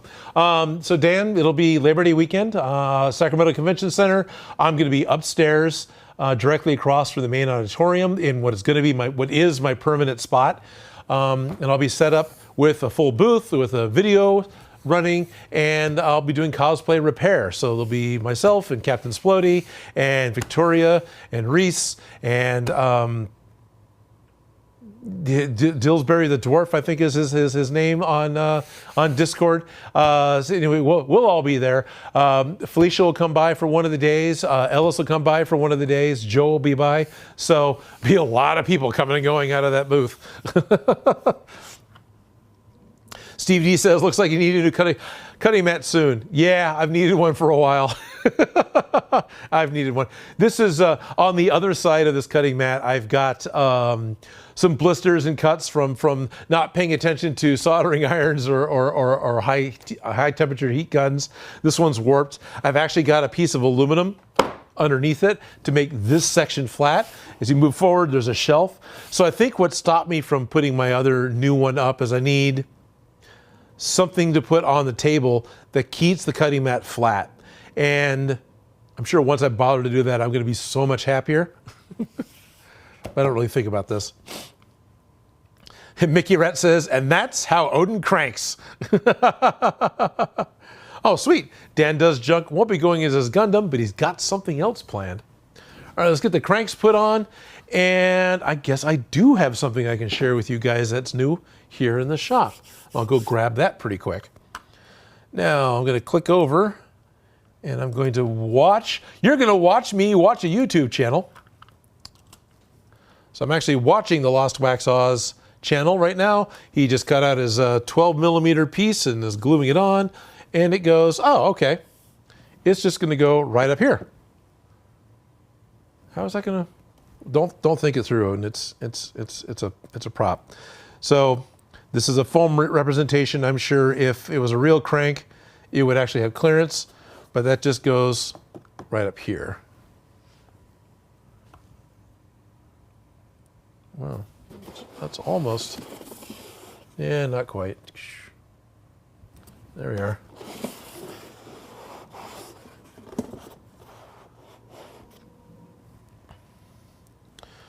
So got the parts I just put on. Here's the new piece of 47. Here's the crank generator box, and the crank goes there. And I'm sure it can go in whatever orientation. That doesn't matter because if it's a crank, it moves. So put that on.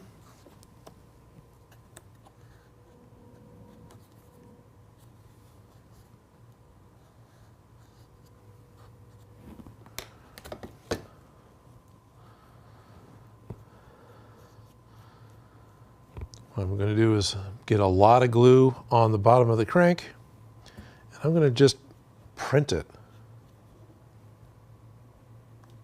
All right, so like a rubber stamp. Head glue here, put glue there. That should be fine. Now I can do the other one.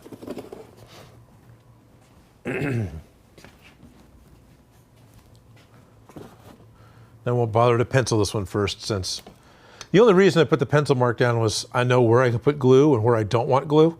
But if I'm going to just do this, I don't need to do that. I don't need to do that.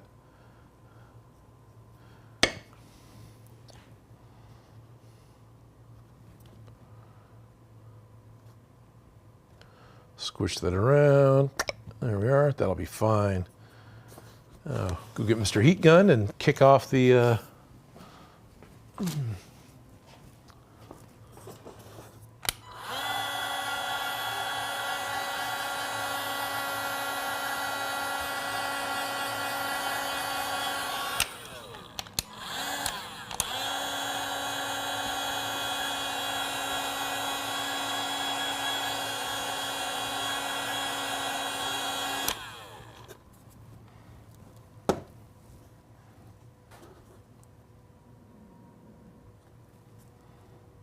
because the pencil actually does help for lining the parts up too, so I shouldn't totally dismiss using a pencil. Oh, yeah, that's good. Drop it. Oh, was that where it's going to go? Oh, it's not in the center.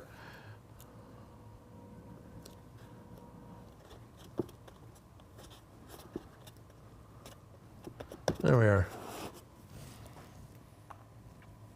Nope.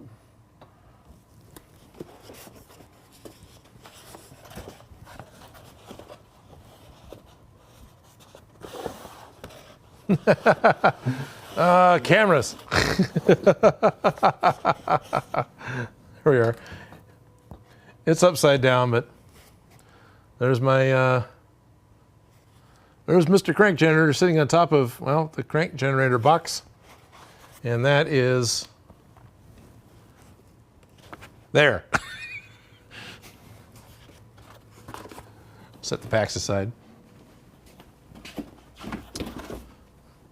Okay, it's 1 o'clock here in California.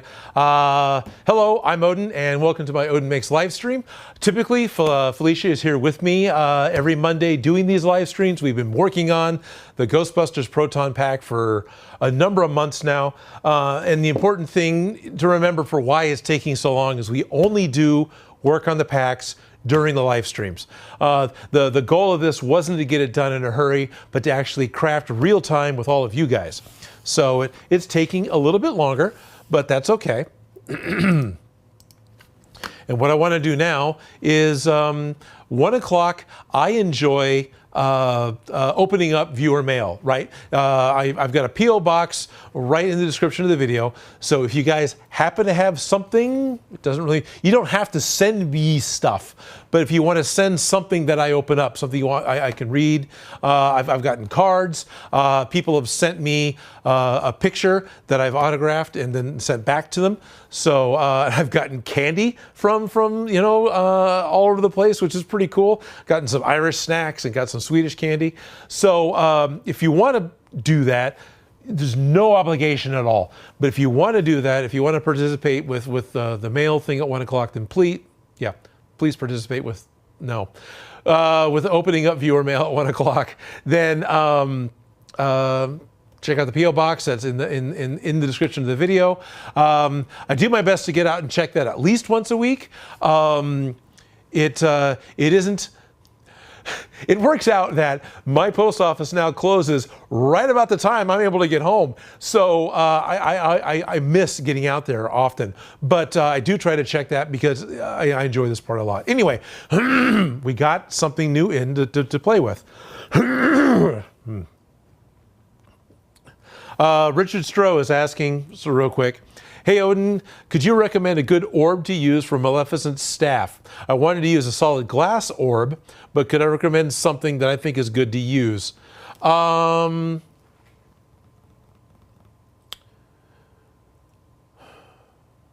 the first thing that comes to mind, okay, yes, because Maleficent's staff, I don't know, if you want to use a glass orb, that's clear. It's harder to get clear plastic light bulb covers, but I know you can get white light globes that are usually 6 inches or 120 millimeters or so in diameter. They have a flange on the bottom because they're designed to fit into like a bathroom light fixture or you know, some sort of light fixture. But they're plastic, so you can cut those off. You're going to need, depending on how the staff is done, having that section where the light bulb goes through may not be that big of a deal. It might be able to work around it. I know you can get white ones from big box hardware stores like Home Depot and Lowe's. You can find them at specialty shops. You should be able to order them online. They've had clear ones in the past. I don't know how easy it is to find a smooth plastic clear light globe. If you want something that's completely round, the best thing ends up being Christmas ornaments. So you can get DIY plastic Christmas ornaments from craft stores. Michael's typically has them, but they're seasonal. And those you can get in 60, 80, 100, I think 120 millimeters diameter. You can order them through Amazon as well. The hard plastic ones come in 2 halves. So you end up with, you know, the seam that goes around the middle. And if you want a totally clear crystal ball, it's just going to be a plastic bubble. But also you can get a larger one from Michael's that is a softer material. It's actually what I used for the eyeball on Soul Edge. So that could also work, but none of those are going to refract the light the same way that a clear glass orb is going to do it. And getting one in acrylic that size is going to cost way more than just buying a glass one. So and it's not going to weigh a lot less. It will a solid acrylic orb will weigh less than a solid glass one, but the cost difference, just get a glass one. So unfortunately, if it comes down to being clear, that's about what you're going to want. But if you don't mind if you want it to light up with LEDs, the white one's going to be great because it's going to be able to show off the light show you want to put into it. Yeah, a couple of ideas. Adaptable Gamer is asking me if I'm doing good. I look a little tired today. I am a little tired today, but I'm also running the show by myself, so I can feel my throat's a little sore, and I'm talking a lot. So yeah, a little. I'm okay. Vexus was asking me a little bit ago if I got the Thanos helmet. He sent me an email. Yes, I did. I did actually get that helmet. I suppose I could probably pull it up on my phone as part of viewer mail. Where is it at? It's back here. I'm back in Joe's Gundam 3D printing room. There we are.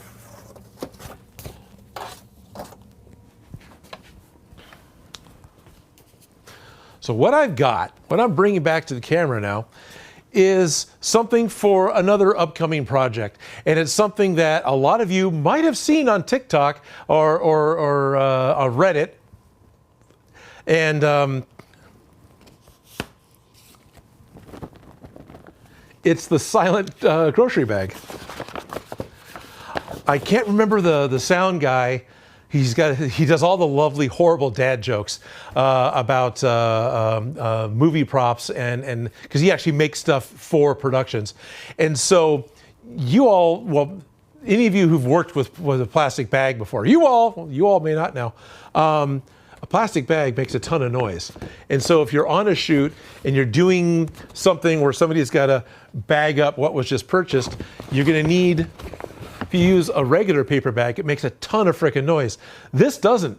And the benefit is you get the clear audio that you can separate out, right? Like me talking earlier about not putting sound into props because you want clean audio in a studio situation. So these vinyl bags allow you to do that. So I'm not quite sure what the plan is, but we will be doing something with this bag in the future. And I think it's kind of cool that when we got one of these because it's great. If you go watch this video, he's talking about why you need a bag and what's going on and why it needs to be quiet. And then he brings out racket balls that they've repainted to look like billiard balls for the same reason, because if you're doing a shoot and people in the background are playing pool, which is totally a great way to have action and movement in the background of a shot at a bar. When those balls hit each other, the cracking sound that the solid billiard balls make cuts through everything, and the sound guy can't separate it from the dialogue. So they made racket balls, and now there's silent, pool balls that can still ricochet and do enough of what they need to do for the background shot, but don't make a whole lot of bad noise. And then, of course, you get the dad joke where he's able to take the balls and he can silently put them into the bag, and that is him showing off his ball sack on screen. Or something like that. But yeah, no, this is actually really cool. So it's a craft paper colored. It's vinyl. They even went so far as to put the marking on the bottom of the bag. So Paper Bag Council from this is proptrix.com. So it's proptrx.com. Anyway, yeah. It was really neat. It was really neat to me to get to see one of these after laughing at the guy's dad jokes for so long. Joe actually really likes the guy's channel because Joe really likes really bad puns.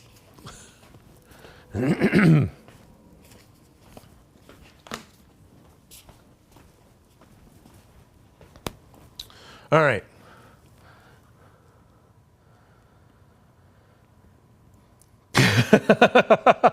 Groot's asking, now, was it just me who saw the Boba Fett helmet silhouettes in the bag or sloots when Odin put it on his head? There was the seam on the back of the bag. Yeah, I can see a Boba Fett going on with that. Didn't Spider-Man wear a mask? Yes. Mickey Rat says, it's the unknown comic cosplay. Oh, what a great callback to the Gong Show. What a freaky, weird 70s show that was. All right, let's see if I can find Scott Prop. Thank you. Yes, Mickey Rat. I love Scott Prop. I learned so much from him. Okay. Thank you, Mickey Rat, for reminding me. Yeah, he's great. Doing this. I'm looking up Vexicus email that he sent to me. Oh, this is further back than I thought. This is exciting. Hey, this is how Odin uses his phone. Isn't that great? Why is it so hard to find? It shouldn't be that far back. You can always use the search function, you old man.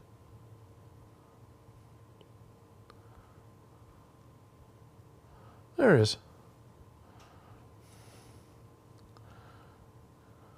Can I have a...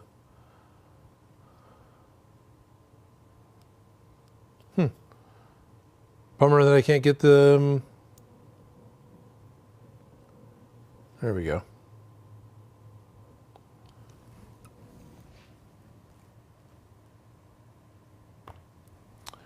So this is a cardboard Thanos helmet that Vexicus the Bounty Hunter sent to me. So not quite the same as the Fan Fridays, which I think that needs to start happening again. Joe was taking care of that, and when Joe started going back to school, then, priorities shift.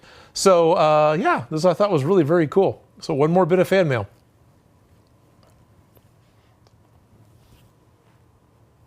Actually, I think it's really cool. I think it's really well done. Okay. Put the phone away. Check on this really quick.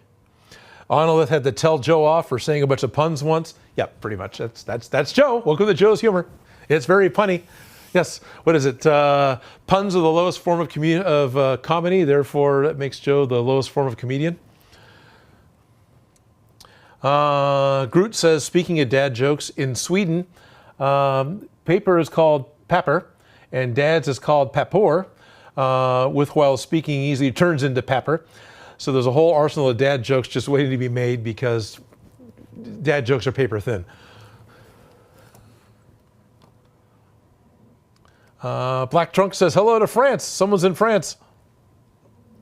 Daniel Knight says, okay, I'm back. What did I miss? We solved all the world's problems and we had the solution in our hands and knew exactly how to take care of it. But we were one person short from making it happen. So the problems didn't get solved because you weren't here. But that's okay, you're back. And I appreciate you coming back. Vexicus, he's got his name listed right there in the chat, says he's got more pictures of his cardboard Thanos build on his Pinterest. Alrighty. What is the next thing I need to do? I get to mark stuff off in the book. Just gonna paint the cyclotron washers. We haven't done that, but that's not important. Glue piece 35 on top of piece 34 and glue that stack onto the speech bubble. This makes the hose connection base. Glue piece 38 and 37 and 36 on top of 38. This makes the clapboard base. Glue that stick together. I think we're making the clapboard next.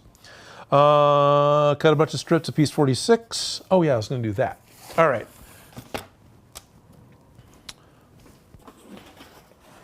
Watching the video, realized that forgot to add a couple of the Kentucky Fried strips here. Felicia was saying it wasn't important.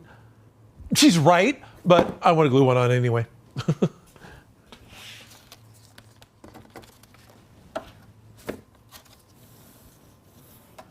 So I still got the pieces, so it's not like it's going to be a lot of work.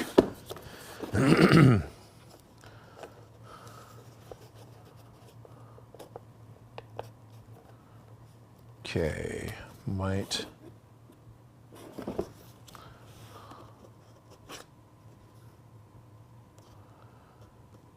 Give me Mr. Pencil.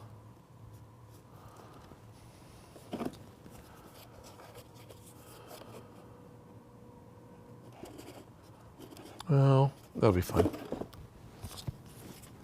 Life isn't always what you want it to be.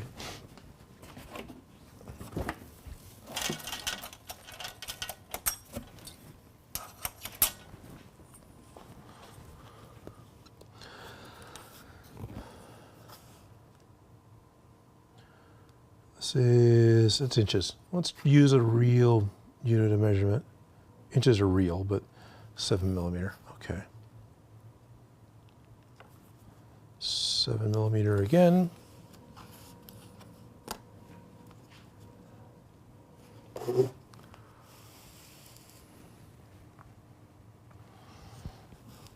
what I need to do is, the strip is too long to be able to fit around the corner of the power box. So I need to cut a little bit off the side so I get about 7 millimeters worth. And I'm not being super careful about how long it is because this is longer than I need anyway.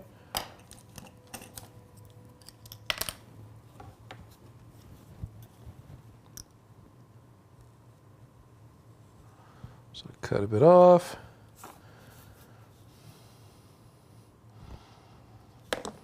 Just make sure I cut enough off.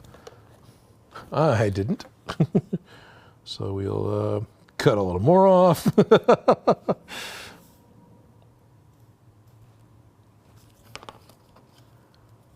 Then I need another one of these.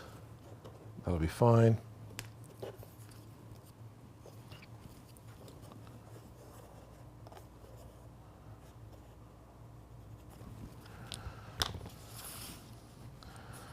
So this also needs to be 7 millimeters.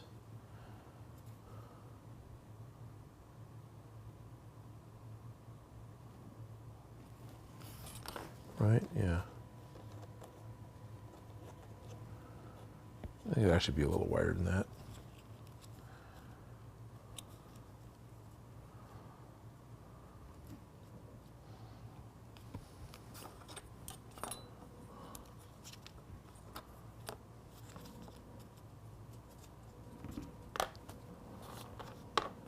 Come on.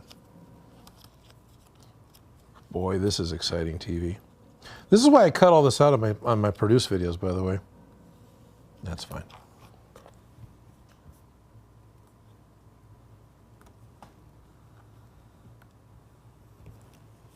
Oh, look, it's all off screen completely. Sorry, guys.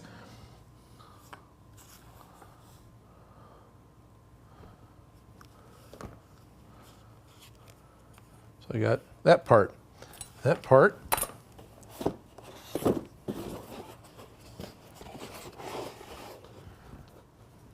It's a little trim piece. It just goes right here. Exciting. So I'm going to glue that part on that side, and then I'm just going to take one that's and put it on this side. Mr. Camera, you're not helping me. There we are. This whole tripod guy is just slacking off. He's just solidly locked down, never moves, doesn't go anywhere, and he's not following me. Okay, it's actually really appreciated that tripod does that.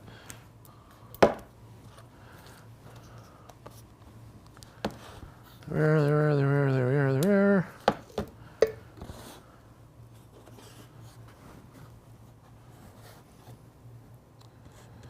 So doing some painting. Let's check. Oh, cool. Vexus has also made the Infinity Gauntlet and the Stark Gauntlet. Daniel Banner Cosplay Kid 29 says, hello, Odin. How are you today? I'm doing pretty good. I'm working on my Proton Pack, which is pretty cool. And I'm working on Felicia's Proton Pack. She's not here today, but she'll be back next week. And I'm actually enjoying my live stream time with you guys. There we are. Phone with Plink.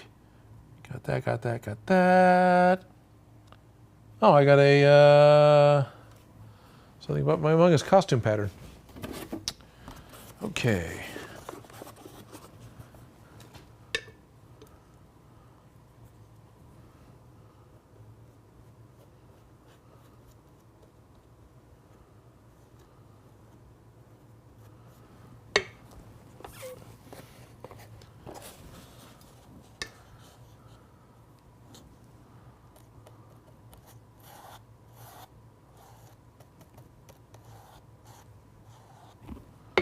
Go. Gotta paint these. What's the next prop I'm making this week? I am making a prop from the new Lightyear movie. So I've got another Pixar prop coming out for this week. Ellis is actually upstairs right now editing that prop. If you are a member of my Patreon, if you are a member of my Discord, in order to get Discord access, you want to go to patreon.com/OdinMakes.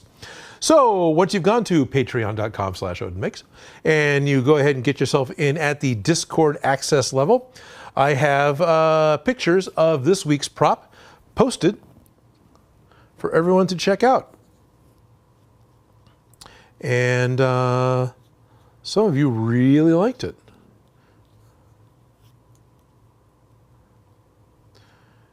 And then next week, finally, after talking about it in the live streams for 2 or 3 weeks now, the following week, the week after Obi-Wan Kenobi is all done, I will finally get the lightsaber build out and done with Beyond Geek. So I'm going to be building, I think I'm just going to be building my own lightsaber. It's going to be using all the right parts, but honestly, I don't think I'm in a position to be able to accurately make one of Obi-Wan's lightsabers in the amount of time that I got.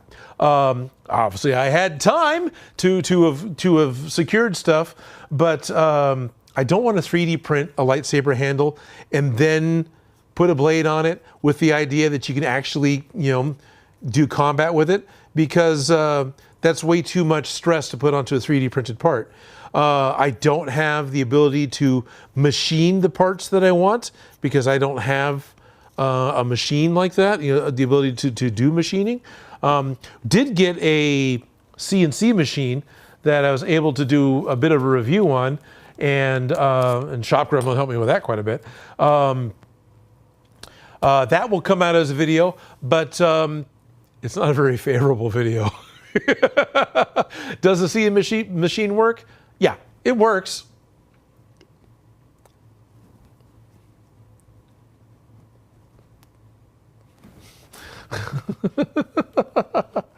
Space Pirate Captain Rush says, hello, Odin. I've been watching a long time.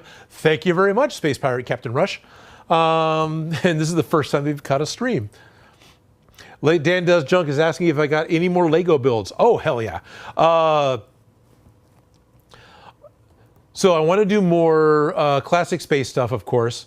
I haven't 100% decided on which single classic space piece that I want to do. Maybe the camera piece, because I think that would be pretty cool, right? There's a part that came out that everyone called a space bazooka, but if you look at it, it's a camera. And I think that would probably be the next best Lego part to make, because it's also got a lot of studs and a lot of pieces going on. So there's a lot that we can take from the parts I've already got made to be able to add on to that camera piece. And if I make the 1x2 tile that's got the old cassette tape graphic on it, you can stick that on the side. I think that would probably be the best next classic space build. I also need to open up a box I got in the other room. Hey, it was 1 o'clock, you could have opened a box. I need to open up a box I got in the other room that has another laser cutter. I hope you guys aren't sick of laser cutters yet.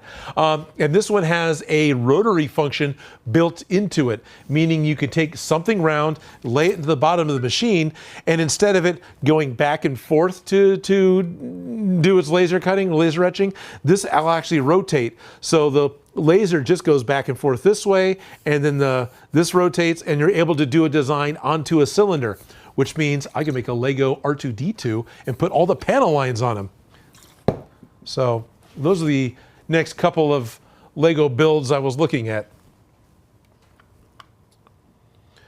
Vexicus is asking about Mighty Morphin and the Rangers in the future. Yes, I talked about that earlier in the stream, that Felicia and I still want to do the Pink Ranger. So Pink Ranger is definitely going to happen. And also I want to make Rita's staff. So those two things need to come up and happen soon.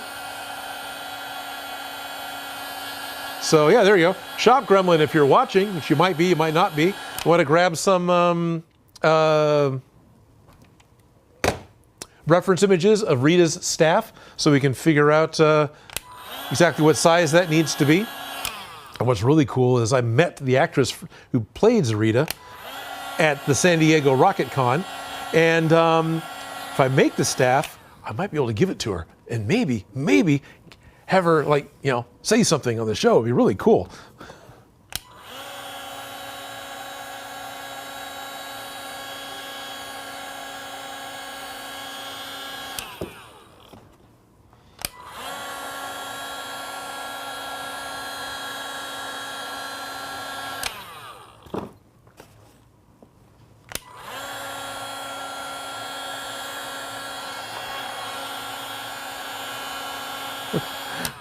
I hear the wires inside.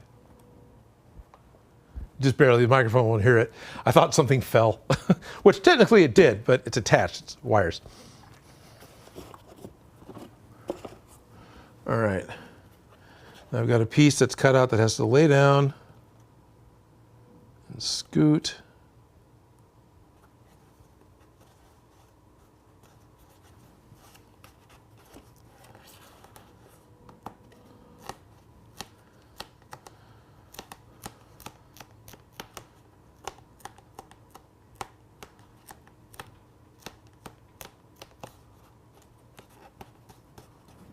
Okay.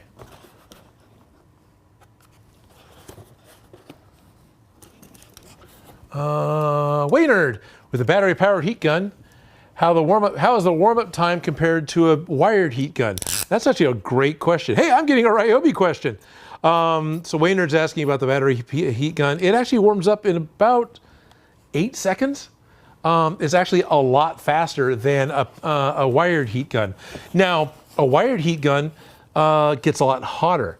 The battery power tops out at about 875 degrees, but that happens to be pretty darn perfect for foam. It's hot enough to make the seams open up when you heat it. It's hot enough to get the contact cement to dry and kick off almost immediately, but it's not hot enough to burn either one of those things.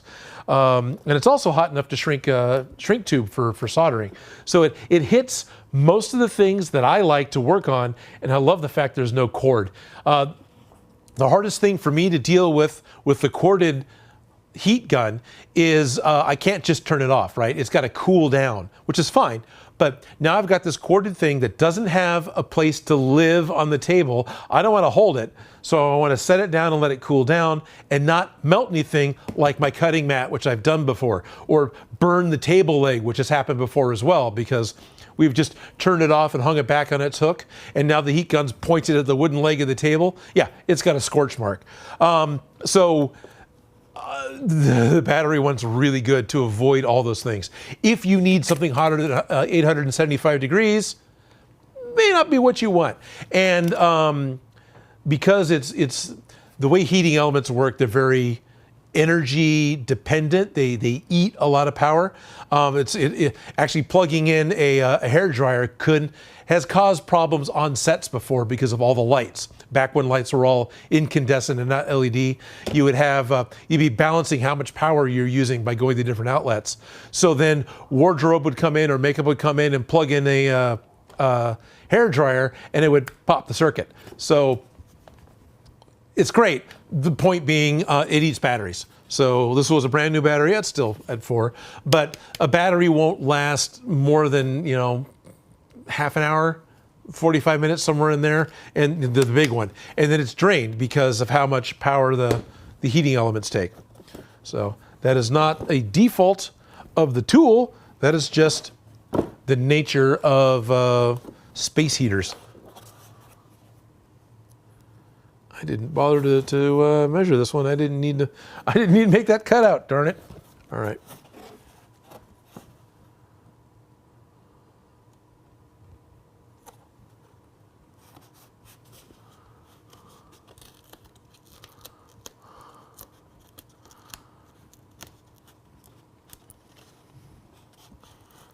I'll be using a rotary tool again here pretty quick.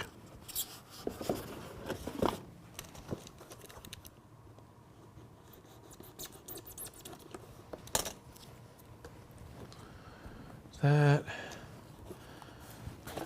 There's a piece that goes at the top.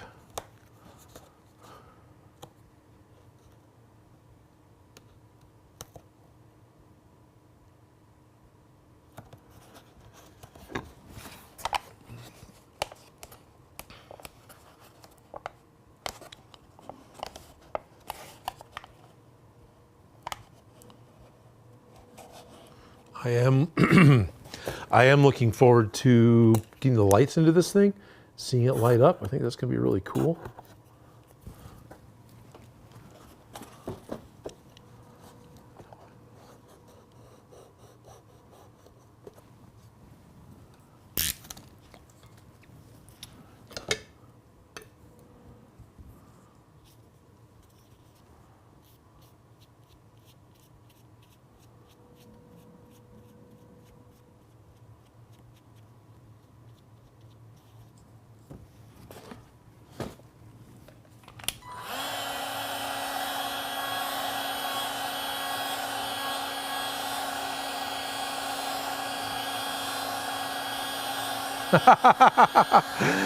Mr. Rooster, who's somebody we've talked to a number of times during the live streams, is super excited, saying, "Bro, what's up? I just started my friend's YouTube channel.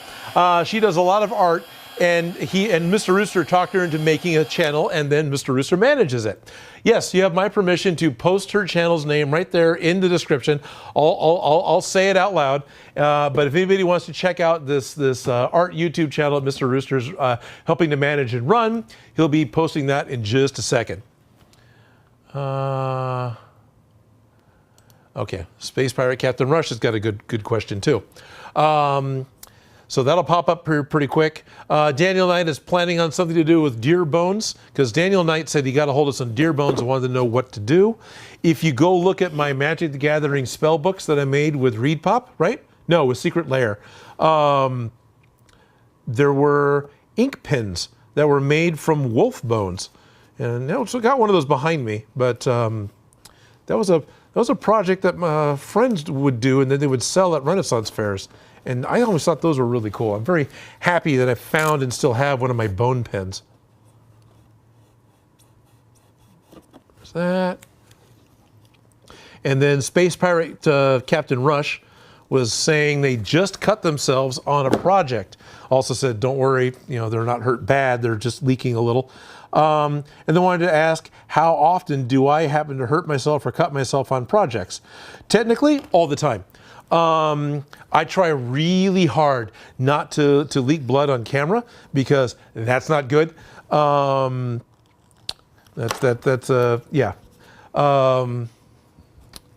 So I try to Band-Aid or super glue things shut. Actually, I was laughing because after one of the last times I did that and had to put a Band-Aid on, I then noticed that over on the King of Random, which is another YouTube channel that I've watched, they all of a sudden were wearing black nitrile gloves for everything. And it's like, what a convenient way to hide your Band-Aids. But what I do more often than cut myself is I burn myself on hot glue or the soldering iron. I'll super glue my fingers to my project. I do that every project. Yeah, that's about it.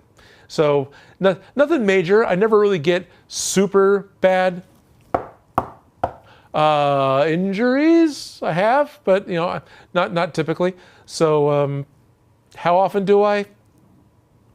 Something minor, probably on nearly every project, whether it's a burn or I'm glued to it, or a little nick or a cut, which I'm pretty sure I've got one on my hand somewhere. I was playing with it the other day because it was doing that whole, hey, I'm getting towards the end of healing and I'm doing that fluid weep thing where it's just the clear. I don't even see it now. Anyway, all the time.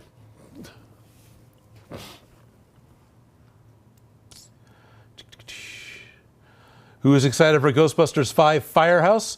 Have they actually given the name?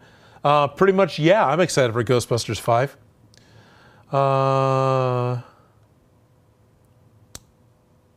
There it is. Mr. Rooster says her channel is called Bunny Bot Art. So it's like a robot bunny. It's Bunny Bot. I'm going to post a video on her channel later. That's very cool. I will try to remember to check out Bunny Bot Art. Super glue a wound together? Groot said that. Yeah, I said that, didn't I? So Vietnam War, cyanoacrylate glue was actually developed as, and was being used as a first aid tool. They never marketed it that way to the public. One of the problems they had is that you can't, so you get a cut and you're cut open. You don't want to put super glue inside of the cut because now your body's got to get all that crap out. What you end up doing is you hold your wound together and then you can put super glue over the top of it or super glue sutures. So you do a dot and you can do a little piece of whatever you want to use to help hold stuff together and put a little dot on the other side. That works really well and is actually why the glue sticks so well to skin because it was made for that. But if you do, okay, first and foremost, officially, don't put super glue in your cuts. Realistically, that's the right answer. If you are crazy enough to do it, just make sure you don't get it in the cut because that's not going to help you. Chase says if you haven't hurt yourself doing a project, you're doing it wrong. Waynard, right? Odin, I once watched you burn your fingers on a hot electrical wire. You didn't even realize it was hot until you saw your fingers smoking. Yeah, I think I vaguely remember that. It's like, oh, that's hot. There's smoke. Shady's got all excited. Did you say crazy? Okay, a little bit of. The pieces I glued on have sharp corners. I'm going to grind them down a little bit, and then we will take some more comments and find out what part I'm going to do next.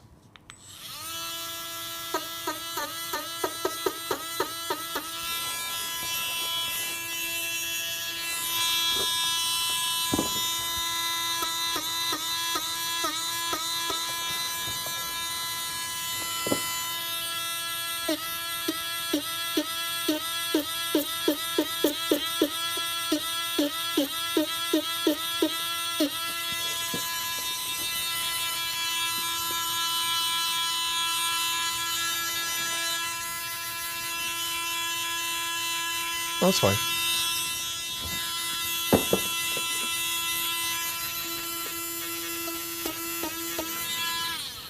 You'll notice the amazing amount of safety gear that I'm wearing. Where do they go? Here's my Ryobi branded PPE. There we are.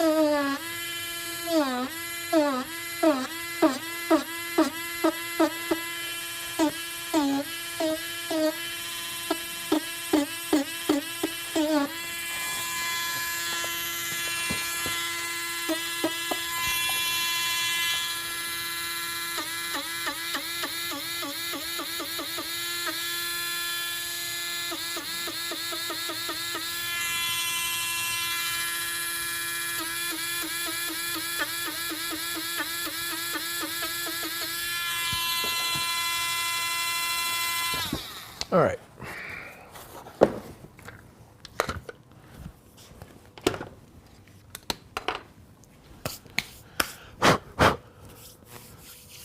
Grusen's taken off. Well, good night. I'm sure I missed you already, but good night, Grusen. Same here. Safety third. That's right. Yep, burning yourself on a hot glue gun happens all the time. Richard Stroh says, I definitely need to get one of those Dremels for wand making. The Precision Dremel is amazing, or it's a precision rotary tool. Dremel is a brand name.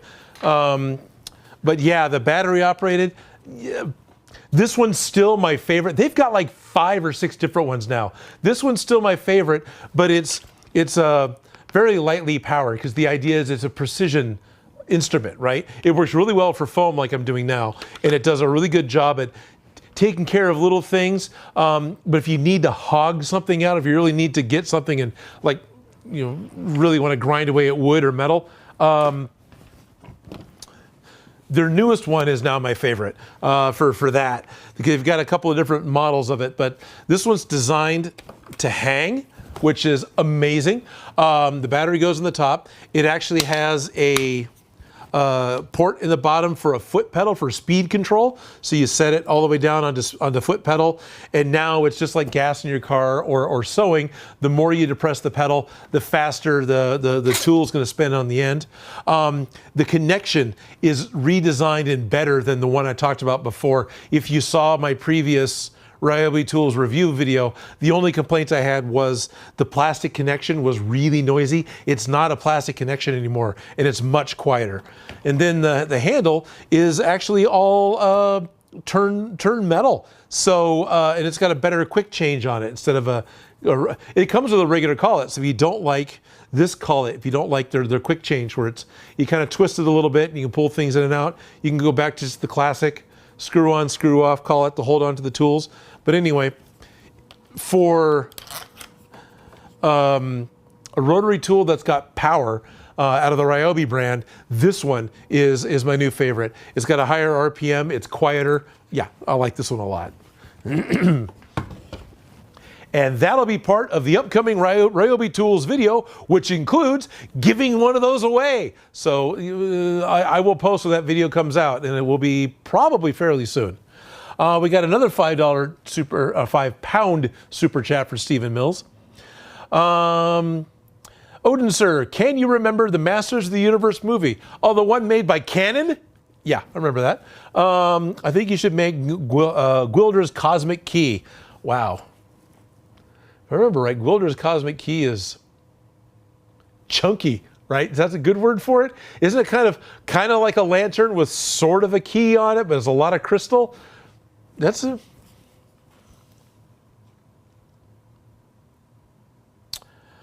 Chase Hiskel is asking if my super chats are turned off. They shouldn't be. I thought I had my super chats turned on.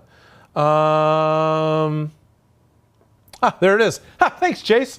Got a $5 super chat from Chase after he asked if they were turned off or not. Chase is saying, hey, Odin, I'm still working on the metagun from Team Fortress 2. Excellent. But how in the absolute world do I rig it up so it will light up using the same motion?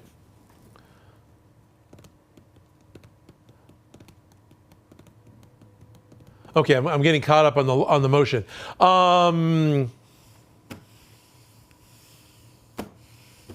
Honestly, I think you're going with an Arduino board. You're going with Raspberry Pi, Arduino, something like that. Adafruit makes very easy to program Arduino boards, and I like the ones that are Bluetooth compatible because I can use the Piconics OS, which is actually free. You can get a paid version that does more, but the free version does a lot. Piconics is it's like Bacon NIX, but it is a graphical representation of what you're going to see with your light show in the way you program the lights instead of just typing out code directly, which I don't mind CircuitPython, but you're doing it more like video editing. And I really like the way that works. And you're able to make changes on the fly. So I don't know what the light show is that it does, but I'm planning on putting the Adafruit boards into these machines. I've got to the Proton Packs. I've got a few of them purchased. They're like $20, $25 for these processors, so they're not expensive. And then I can program them, and we'll be able to get the cyclotron to spin. We'll be able to get the power meters to cycle. We'll be able to get any other little blinky thing happen that has to happen. And then we can have, it'll trigger sound effects. We can have it so you hit a button and it causes things to power down or whatever. There's ways of making it interactive. And while I am not an authority on how to do that, I'm having a lot of fun learning and going to be learning more with doing these. I would definitely also talk to any of the Ghostbusters guys, because not only are those guys happy to share their knowledge and to share how they build their stuff. I mean, it gives them a chance to basically show off, right? So of course they're happy to share their knowledge. The Team Fortress backpack isn't terribly different from a Proton Pack. It's just shooting healing energy instead of protons. So it'll probably work much the same way.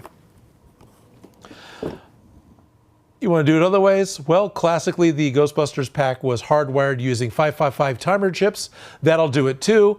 You'll probably hate yourself for trying to do it that way, but it does work. It's a lot easier to get the stuff that's being made that makes it easy. So you want to look up Blue Fruit. That's the name of the company that makes the Adafruit, the Arduino boards. Arduino is available on everything. That's just a type of chip. The Adafruit company makes the Blue Fruit boards, which are Bluetooth compatible, and those, out of the ones that I've played with, have been the easiest out of the box beginner board to play with. Doesn't mean it's the only one, it's just the one that I've used. Steve D is letting me know that it's now starting to go dark in the UK, because I thought it was dark earlier because I thought it was winter. Chase, you have no idea how often I get confused for a Ghostbuster. So the Team Fortress 2 medic not only has the big backpack, which then has this big gun that I think is under his arm, isn't it? It's like a big pipe, and the medic gun is under his arm, but he's wearing a white lab coat. I think he's got gloves. I don't know if he's got the Dr. Horrible gloves or not. I think he's got the Dr. Horrible glasses. And then, of course, all the straps. Yeah, I can totally see why you get confused for a Ghostbuster. Vesticus says, no job is too hard when you use your head. Now I want to hit stuff on my head. All right, what's the next part I'm going to do? So we got the crank thing on. Okay, we did this. So, oh, okay, now I can do that. I need to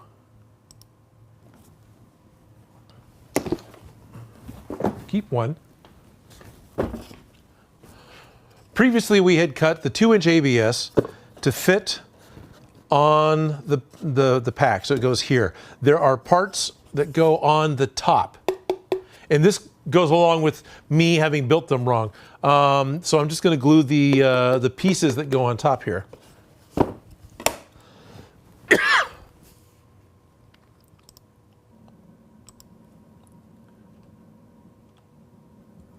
And I'm watching TV, compelling TV. Okay. So 39, 40, and 41.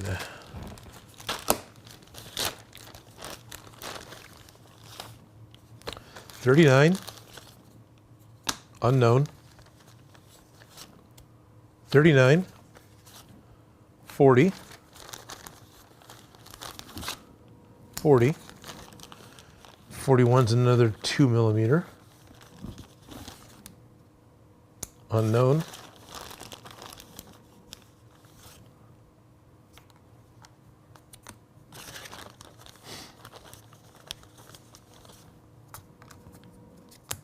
Whoever wrote these things were, yeah, well, that was me. It's a monkey. Stupid monkey. Okay, I have to compare sizes here. That one's legible, 41. It is the little tiny one. Okay, so I need those guys. Alrighty. I'm not going to be able to let it go. So I glued a cap onto this. That's wrong. The cap needs to come off, so I can glue these parts together and put them inside of the pipe.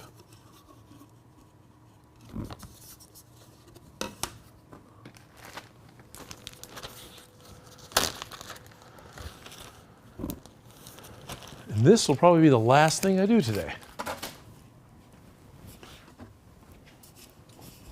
Let me get the chat back up. We got that. We got this going on. Oh, shit. Wow. Okay, there's the time key. Right, that's what it is. That is an elaborate part. That's like tuning forks and yeah, the cosmic key. They posted a picture of it into the Discord because, you know, it's an easier place to post pictures. Yeah, that's an elaborate prop.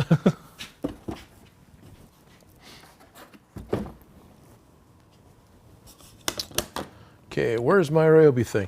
So what I want to do is I seal the top. This is the ABS pipe cut to fit, right? I seal the top, and it shouldn't be sealed. This should be open because 39 is supposed to be inset. Felicia and I talked about it last week, and she didn't care. It bugs me, so I'm going to go ahead and I'm going to cut the center out, so I'll still have a nice foam cap on the end of the tube here, and then I can set 39 inside, and I'm supposed to put 40 on top of 39 and 41 on top of 40. So it ends up doing that, and then that needs to set below the edge. So it ends up going down. So that's what's happening next.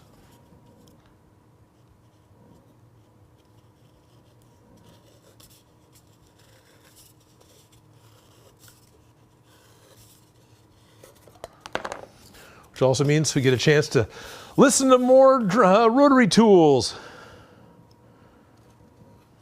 Because I'm going to clean up this inside edge.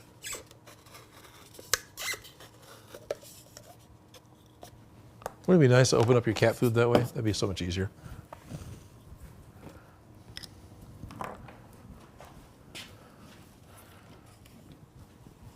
Okay, let me get...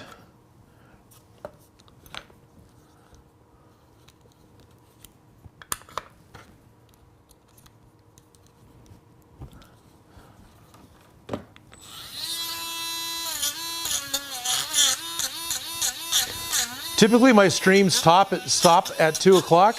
I'm going to make sure I get these parts glued on. So as soon as these parts are on, even if it's a little bit after 2 o'clock, that's when the stream will stop today.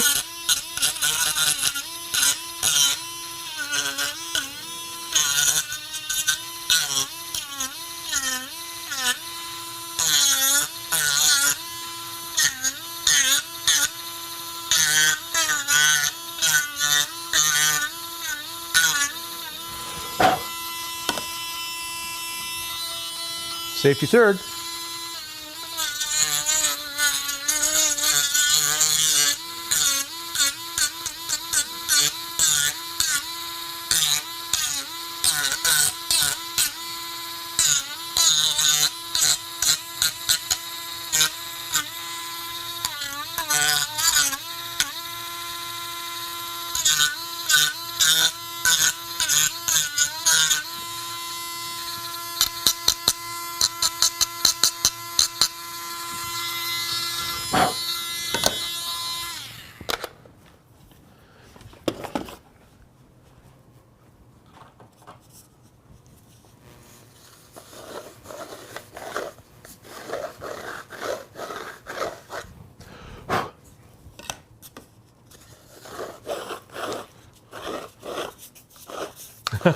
Ionolith, 9 minutes until the end of the stream. Say your goodbyes appropriately.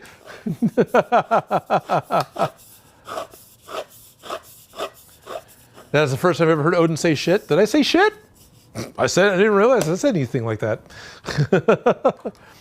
So for the record, oh, I swear. I'm real good at swearing. Yeah, I can swear like a sailor.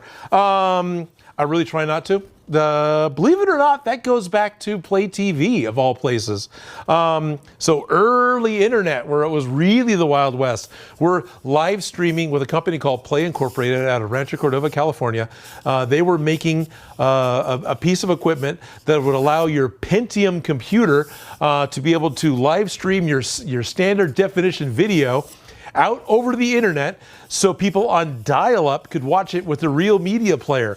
And then along comes DSL, which, oh my gosh, this opens everything up because now you actually have high-speed internet and you're able to do much better definition. Anyway, Play TV was being set up as a ongoing demonstration like you would do at a trade show.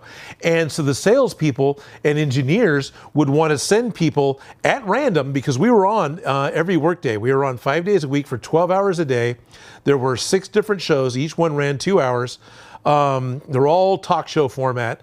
They wanted to be able to send someone to go watch the live stream at a moment's notice, just on a whim.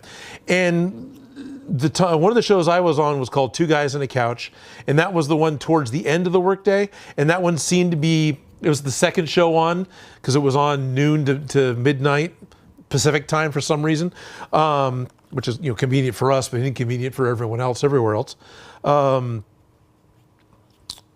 Anyway, they'd come over and the two guys would be talking about gay cowboy porn or something and just swearing up a storm because it was the internet and you could.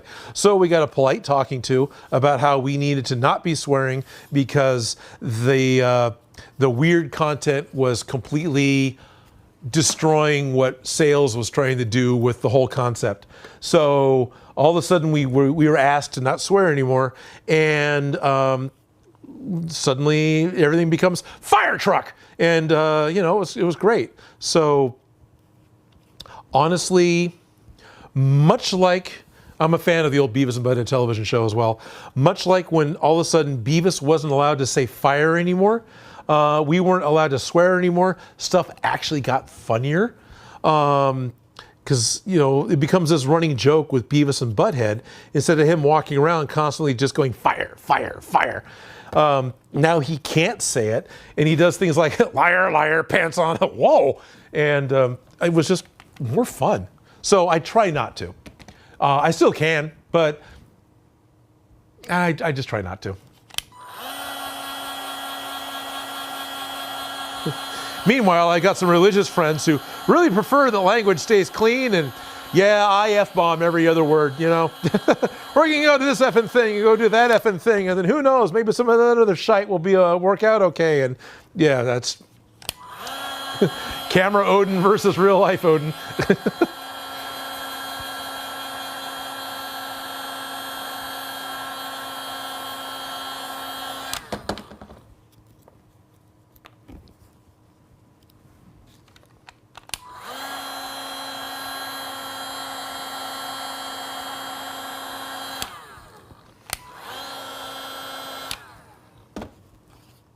All right, these are supposed to be concentric, where they're getting smaller and all right on top of each other, sort of, some kind of way. There we go.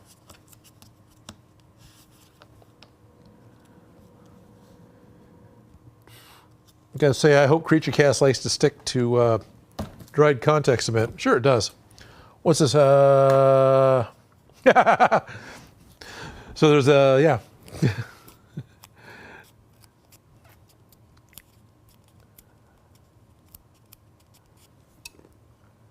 Could I make the TMNT shell cell phone?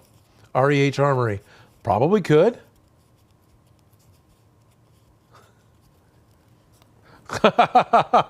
Yanolith, that's right. Yanolith does video editing. Laughing about I cuss, but that's okay, and just laughing because that's what they used to have to clean up.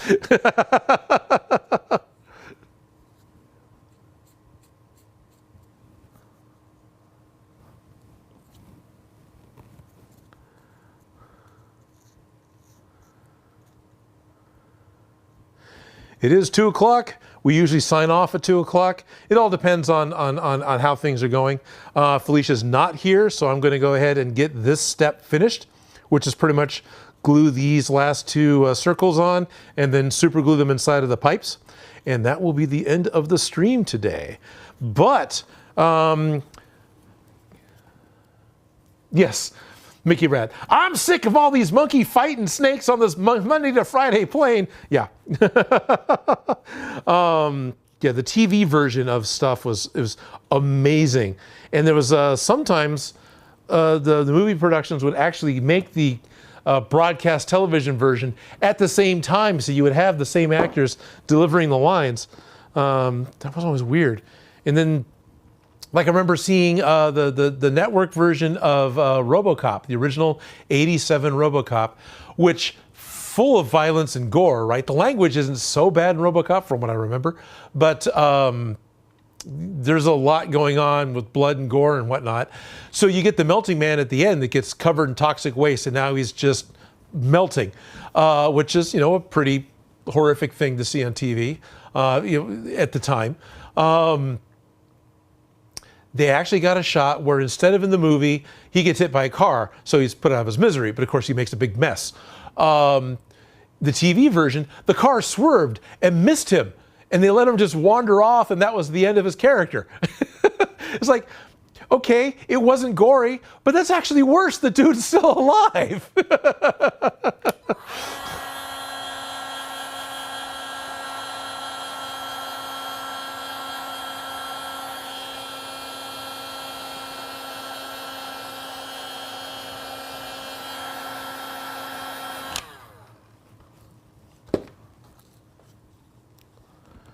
Glue part 41 on top of part 40.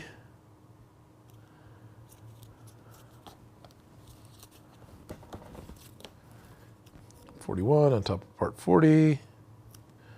Here, check this out. Janice Uzer is saying, "Hey Odin, did you ever make He-Man sword?" Yes, I have. I made the basic 80s one back in 19, I think I did that.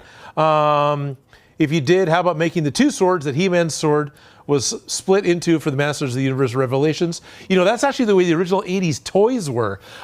He-Man came with a silver plastic sword, and Skeletor came with a purple sword that was the mirror image. So if you had He-Man and you had Skeletor, their swords would fit together.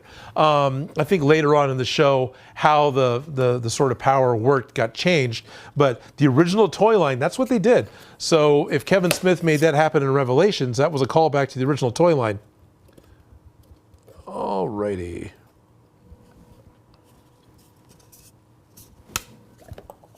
This is going to be fun.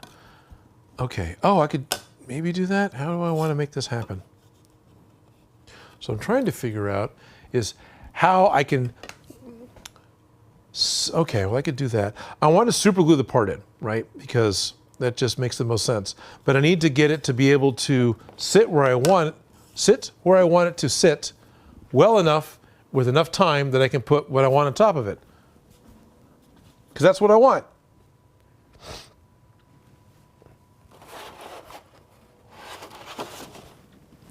So I'm wondering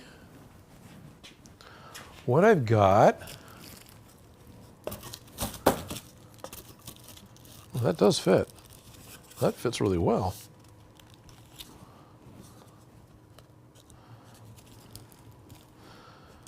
Now if I do that and I glue this in to where just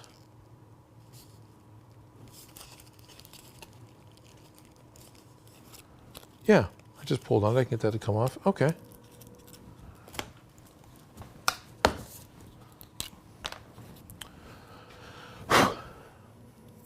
Put something up the backside to brace it for the gluing. Yeah, Gay Waynard. I did just shove something up its backside to help brace it.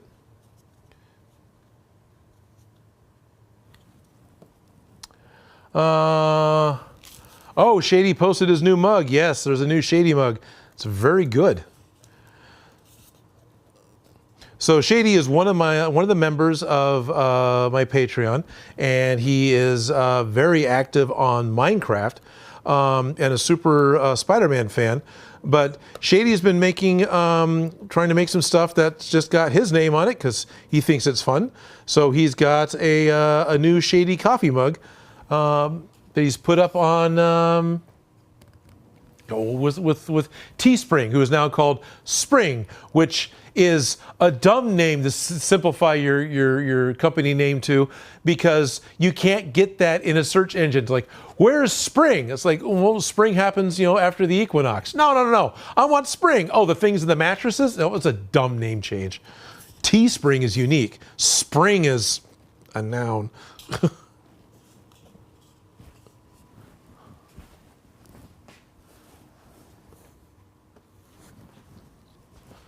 Oh no, the mug's great, Shady.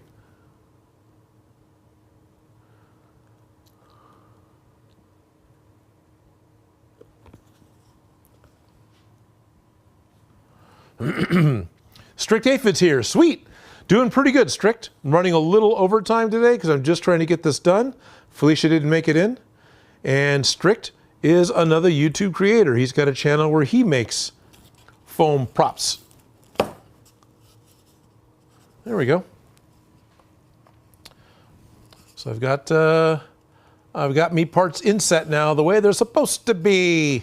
That makes me happier. Although, watch, I put them in too deep, and 41 is supposed to be higher than the edge, and it's not. But I figure if it's like that, it's less likely to get pushed in. Let me, gee, whoever cut these parts out did a bad job. Oh yeah, that'd be me. Let me go ahead and seal up the edge.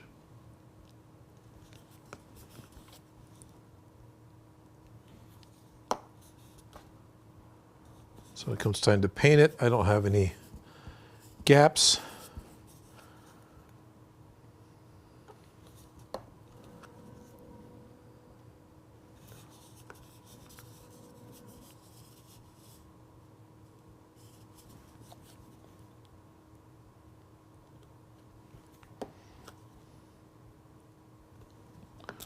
There we go. Now I got one more of these to do. Can I make the Veltrax helmet from the Power Rangers Dino Thunder? I want to do more stuff in Mighty Morphin because I've got the theme song for that. Ralph Morrick says, looks good, Shady. Stuffed Gamer, new fan here. Recently came across your videos. Your videos are helpful and I like your voice. Thank you, Stuffed Gamer. Stuffed Gamer.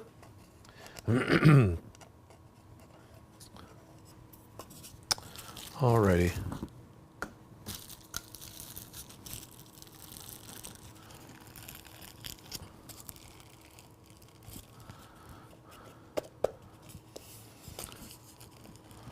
The thing I'm using as a brace for figuring out where I want to put this is the sandpaper or sanding discs, belt sander eraser. It's got a name. I can't figure it. I don't remember what it is. But I just recently, a few months ago, maybe a year ago at this point, Adam Savage showed it off, and it's a way of clearing off all the stuff that builds up into the belt sander or your disc sander, because material gets caught inside the grit, and once it's totally full of material, it's no longer abrasive. So this basically rubber eraser, really is what it is great at knocking that schmutz out of your sanding stuff and bringing the sandpaper back to life.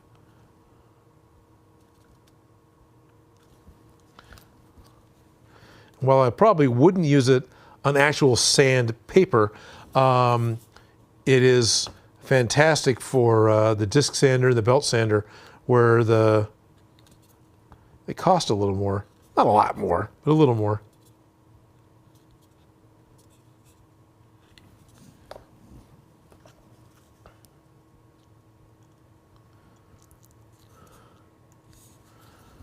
There we go. Now we'll get this out.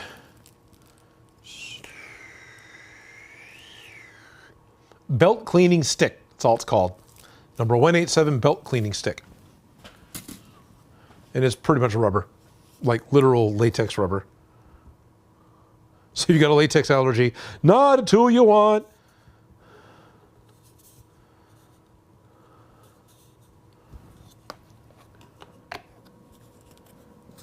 I'll throw those away, they're not round enough. Or I won't, I'll miss the trash can at 2 foot away.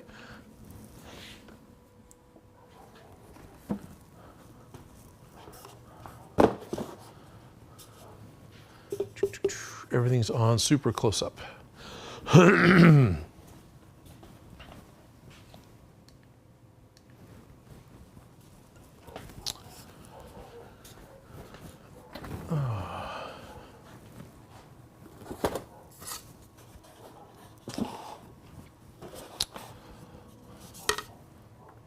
So we're getting more details put onto the packs, and I've got the tube that goes here now. I don't know if it's time to glue that on yet or not, but I'm going to wait till next week to do that. So these go on here. We've got the detail on the end, which I'm really very happy with. And they're starting to really look like Proton Packs now. They're starting to have everything that they need to have to look the part. Yeah, this is pretty cool. I do have surplus Alice packs. I know I've got a couple of those. They're up high in storage, so I'm going to be able to use an Alice pack with these. But I'm really excited about having these moving on like they are now. Ben and Lynch just popped into the last second 5 pound, no, not 5 pound, that's a €5 super chat saying potato. Enjoy your day. Thank you, Benin. Thank you very much for a quick drive-by potatoing. I am really enjoying building the Proton Packs. I was saying that, but seriously, I am. And I had a lot of fun building today. I know I had to do the show solo today because Felicia had other obligations. She'll be back next week far as I know. We won't be playing Minecraft this Friday, so there's a stream today. There's a new video that'll come out on Wednesday, and I'll try and get some kind of content to come out for Friday. And then there'll be another live stream with Felicia back again next Monday. That'll actually be starting at 11:15 in the morning in the AM for California time, for members on my Patreon. And then it'll go live for everyone else to be able to join in when you want to watch it live at noon. And of course, as always, the entire stream is able to be watched as playback. But if you want to get in, you want to be part of the chat, you want to be part of the conversation, you want to ask us questions, you want to tell us silly stories, then please tune in while it's noon. And the best time to do that is during the beginning, when there's only members of my Discord and Patreon there, because the number of people is a bit smaller. So if you want to get in on that fun, that extra early fun, it's going to be patreon.com/Odin Makes. You can join at any level and you'll be able to get into the shows early. The $5 level will get you the private Discord access, and that's going to be a lot easier way to be able to contact me, contact Felicia. Ellis and Joe are both on the Discord, so it's a way of being able to talk to all of us all the time. So, and that's a lot of fun. And when we play, I mean, it is a lot of fun. I love seeing the stuff you guys talk about, the stuff you're working on. And I post work in progress pics and finished project pics on there. So it's got to be the best communication to be able to get to anybody you see on screen here on Odin Makes. And again, that's patreon.com/Odin Makes.